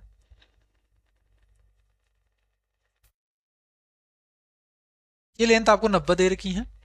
और ए एफ है वो सी डी के बराबर है, यानी ये 20 है तो ये भी 20 है। ई डी है वो 10 है, ई और डी ये वाली लेंथ है 10 है। ठीक है, अगर ये वाली लेंथ 10 है तो ये बाकी की बची कितनी होगी, 80 होगी क्या, इस रेक्टेंगल की, इस ट्राइंगल की ये होगी 80। ठीक है, ये हाइट यहाँ पे 20 है तो ये भी क्या होगी, 20 ही होगी क्या, ये भी 20 ही होगी। ठीक है, तो मुझे बताइए इस रेक्टेंगल का एरिया कितना होगा, 90 इंटू 20 होगा क्या, लंबाई इंटू चौड़ाई। इसमें से क्या घटा दे अपन, इस ट्राइंगल का एरिया हटा दे इस ट्राइंगल का, तो इस ट्राइंगल का एरिया क्या होगा, हाफ बेस इंटू हाइट। तो हाफ बेस आपके पास दे रखा है 80 और हाइट कितनी है 20, 2 से 2 चला गया तो ये हो गया 800।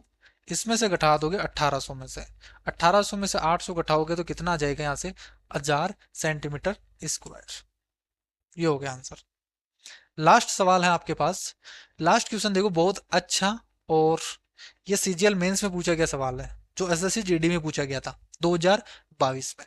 इसलिए सीजीएल के भी क्वेश्चन आपको करने हैं प्रैक्टिस के तौर पे, जो मैं आपको जो 2010 से लेके अभी तक सारे सवाल कंप्लीट करवा रहा हूँ, तो वो सीरीज आप कंप्लीट देखने ना, उससे बाहर कुछ नहीं जाएंगे। ठीक है, तो प्रैक्टिस के लिए आप वो सीरीज देख सकते हो। बाकी ये सवाल है वो एसएससी जीडी 2022 में पूछा गया था, और इससे पहले ये लगभग 2017 या 2018 में सीजीएल मेंस में पूछा गया था। ठीक है, 2017 में पूछे गए थे इस टाइप के सवाल, उसके बाद में तो नहीं पूछे गए, लेकिन 2017 के बाद में एसएससी में नहीं पूछा गया, लेकिन जीडी में पूछ लिया गया इस सवाल को। दी गई आकृति में आपको बताना है प्रत्येक 3.5 सेंटीमीटर त्रिज्या वाले 3 सर्किल हैं और इसको रखा गया है, प्रत्येक अर्थ है वो दूसरे दो को स्पर्श करता है, वृत्तों से घिरे हुए भाग का क्षेत्रफल बताना है। कौन सा एरिया पूछा गया आपसे है, ये वाला एरिया पूछा है, ये घिरा हुआ एरिया बताना है, ये इतना सा। इसको निकालने के लिए क्या करोगे बताओ, बहुत इंपॉर्टेंट है ये। कैसे निकालोगे, देखो आपको दे रखी है रेडियस है वो 3.5 दे रखी है, रेडियस 3.5 है, तो मुझे बताओ ये वाली रेडियस 3.5, ये 3.5 है, तो ये भी क्या होगी 3.5 होगी। तो ये वाला क्या बन गया आपके पास, ये बन गया आपके पास 7, 3.5 और 3.5 7, ये बन गया 7, ये बन गया 7। तो क्या इक्विलेटरल ट्राइंगल बन गया, क्या समबाहु त्रिभुज, ये समबाहु त्रिभुज बन गया। इसमें से इसमें से मैं एरिया हटा दूं, कौन सा, ये वाला एरिया हटा दूं, इस एरिया को, इसी तरीके से ये एरिया का हटा दूं मैं, ये जो सेक्टर बना हुआ ना, इसके एरिया को हटा दूं, तो क्या हमारे पास रेड वाला एरिया आ जाएगा। ठीक है, इन तीनों सेक्टर का, ये आपके पास तीनों हो गए त्रिज्यखंड, इनको हिंदी में बोलते हैं त्रिज्यखंड। तो इन तीनों त्रिज्यखंड को हटाना आपको, तब हमारे पास बीच में क्या आ जाएगा, रेड वाला एरिया आ जाएगा। तो इस इक्विलेटरल ट्राइंगल में से, तो इस इक्विलेटरल ट्राइंगल का एरिया बताओ पहले तो इसका एरिया तो क्या होगा, आप बोल दोगे √3/4 भुजा स्क्वायर, तो 7 का स्क्वायर कर दोगे 49। क्लियर है, बिल्कुल सही बात है। ये आ गया आपके पास इक्विलेटरल ट्राइंगल का एरिया। इसमें से इन सेक्टर का एरिया निकालना है, तो ये बताओ कैसे निकालेंगे त्रिज्यखंड का एरिया, वो निकालते हैं कैसे। भाई देखो एक पाई आर स्क्वायर, टोटल ये सेक्टर बनता कैसे है, ये सर्किल है, ठीक है, ये सेंटर है, क्या हो रहा है, ये सेंटर है, ठीक है। तो इसमें से कुछ पार्ट हम ले ले और उसको काट दे यहाँ से, ये वाला पार्ट ले लिया और यहाँ से इतने इतने पार्ट को हटा दे, तो क्या यही तो बनता है सेक्टर, यही तो बनता है आपके पास सेक्टर। यानी इसका एरिया कैसे निकालते हैं भाई, ये पाई आर स्क्वायर होता है टोटल का, ये पाई आर स्क्वायर होता है, अगर इसकी रेडियस आर है तो पाई आर स्क्वायर होता है टोटल का। वो किसका, यहाँ पे देखो 180, यहाँ पे 360 डिग्री बनता है, तब बनता है pi are square area. Centre पे अगर 360 डिग्री बनता है तब उसका एरिया कितना होता है पाई आर स्क्वायर का, 360 डिग्री का पाई आर स्क्वायर। लेकिन आपको तो यहाँ पे थीटा एंगल का निकालना हो तो ये हो जाएगा, तो अगर थीटा एंगल का निकालना हो तो इस तरीके से निकालेंगे। तो ये होता है सेक्टर का एरिया।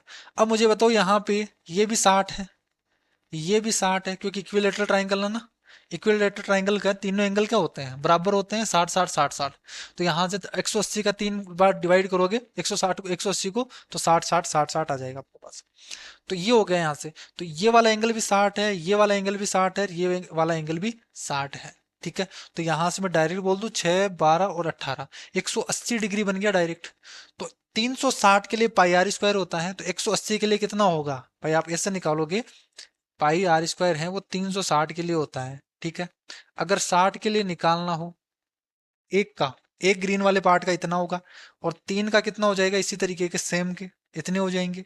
तो यहां से सोल्व करोगे तो 36 18, 18 दूना 36, तो एरिया कितना होगा, pi are square divided by 2।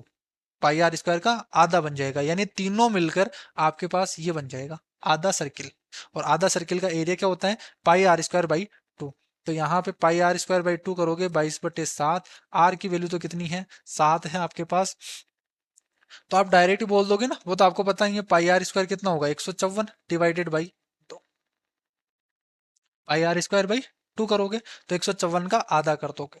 अब यहां से देखो इसको सोल्व करोगे तो कितना बनेगा यहाँ से, लेकिन यहाँ पे तो आर की वैल्यू 7 थोड़ी है, ये गलत किया ना हमने। भाई आर की वैल्यू कितनी है यहाँ पे, इसके लिए 3.5 है, इसके लिए 3.5 है ना कि 7 है। भाई इसका एरिया निकाल रहे हैं, एक वाले ग्रीन का निकाल रहे हैं, तो एक ग्रीन का निकाल रहे हैं, तो इसकी रेडियस तो कितनी है 3.5 है। तो 3.5 के लिए निकालना पड़ेगा, लेकिन हमें पता है 3.5 के लिए एरिया क्या होता है, आप बोलोगे 38/50, ये होता है 35 के लिए। ठीक है, तो 3.5 के लिए कितना होता है 38.50 होता है। इसका आधा करना है तो 19.25 आ गया बिना सोल्व किए, इसलिए ये कैलकुलेशन कम हो जाती है, जो शुरू से मैं समझा रहा हूं आपको। अब इस कैलकुलेशन को पूरा करना, आपको इसको सोल्व करना है, तो इसको सोल्व कैसे करेंगे भाई, √3 की वैल्यू आपको पता है 1.732 होती है। 1.732 को 49 से मल्टीप्लाई करना है। ठीक है, तो मैं क्या करूं यहां से 1.732 को 50 से मल्टीप्लाई करवा देता हूं मैं, और फिर उसमें से 1.732 घटा दूंगा। मैंने 1.732 को मैं 50 बार बोल देता हूँ, तो जब 50 बार मल्टीप्लाई करूंगा तो यहाँ से 17.32 बनेगा, 5 से मल्टीप्लाई करना है तो 8 दूनी 16, 6 दूनी 12 और 6 दूनी 12, तो ये बनेगा आपके पास 86.6। इसमें से आपको घटाना 1.732 वापस घटा देना है। ठीक है, तो घटाओगे तो 8 और 6 3 9, यहाँ पे 5 3 और 8, यहाँ पे 5 बचेगा 4, ये बनेगा 84.868। इसको 4 से डिवाइड करना है, तो ये बनेगा 4 दूनी 8, 21.217। इसमें से घटाना है 19.25, तो इसमें से 19.25 घटाना है, तब कितना आएगा आपके पास, ये आएगा 7, ये आएगा 6, और यहाँ पे बच जाएगा 1, तो 9 और 20 है, तो 1.967 आएगा, 1.967। ऑप्शन कौन सा दिख गया आपको, अप्रोक्सीमेशन में एग्जैक्ट आपके पास आ गया। 1.967 को क्या लिख सकते हैं, 1.97। ठीक है, दो तक बताना, 2 डिजिट तक। तो ये हो गया आपके पास टोटल 42। वैसे सवाल तो आपके पास 30 होने चाहिए, वो टेब हो गए वैसे, तो लगभग 32 35 क्वेश्चन है ये। तो इसके बाहर आपके पास कुछ नहीं होगा, मैंने आपको पूरा डिटेल से समझा दिया है। फिर भी अगर कोई कमी लगे तो आप मुझे कमेंट कर सकते हो, आगे एक क्लास वो ले लेंगे और इस मेंसुरेशन के टॉपिक को कंप्लीट कर देंगे। लेकिन इस क्लास को कंप्लीट देखना है, और जितने मैंने मेथड बताए हैं उसी तरीके से आपको प्रैक्टिस करना है। ठीक है, इससे बाहर कुछ जाएगा नहीं, और यही कंसेप्ट रहेंगे, यही टाइप रहेंगे, इसी टाइप के सवाल पूछे जाएंगे। ठीक है, आई होप आपको आज की क्लास अच्छी तरीके से समझ में आई है, और नेक्स्ट क्लास में हम करेंगे बाकी की जो सीरीज चल रही है वो। अगर आप पसंद करते हो, लाइक करते हो, तो कमेंट जरूर कर देना कि मेंस्ट्रुएशन के अगर इसके अलावा और भी टॉपिक जो पढ़ना चाहते हो, ठीक है, एसएससी जीडी के लिए, तो मुझे कमेंट कर सकते हो, वो जल्दी हम स्टार्ट करेंगे। ठीक है, तो आज की क्लास में इतना ही, नेक्स्ट क्लास में मिलते हैं, तब तक के लिए bye bye, take care, thank you.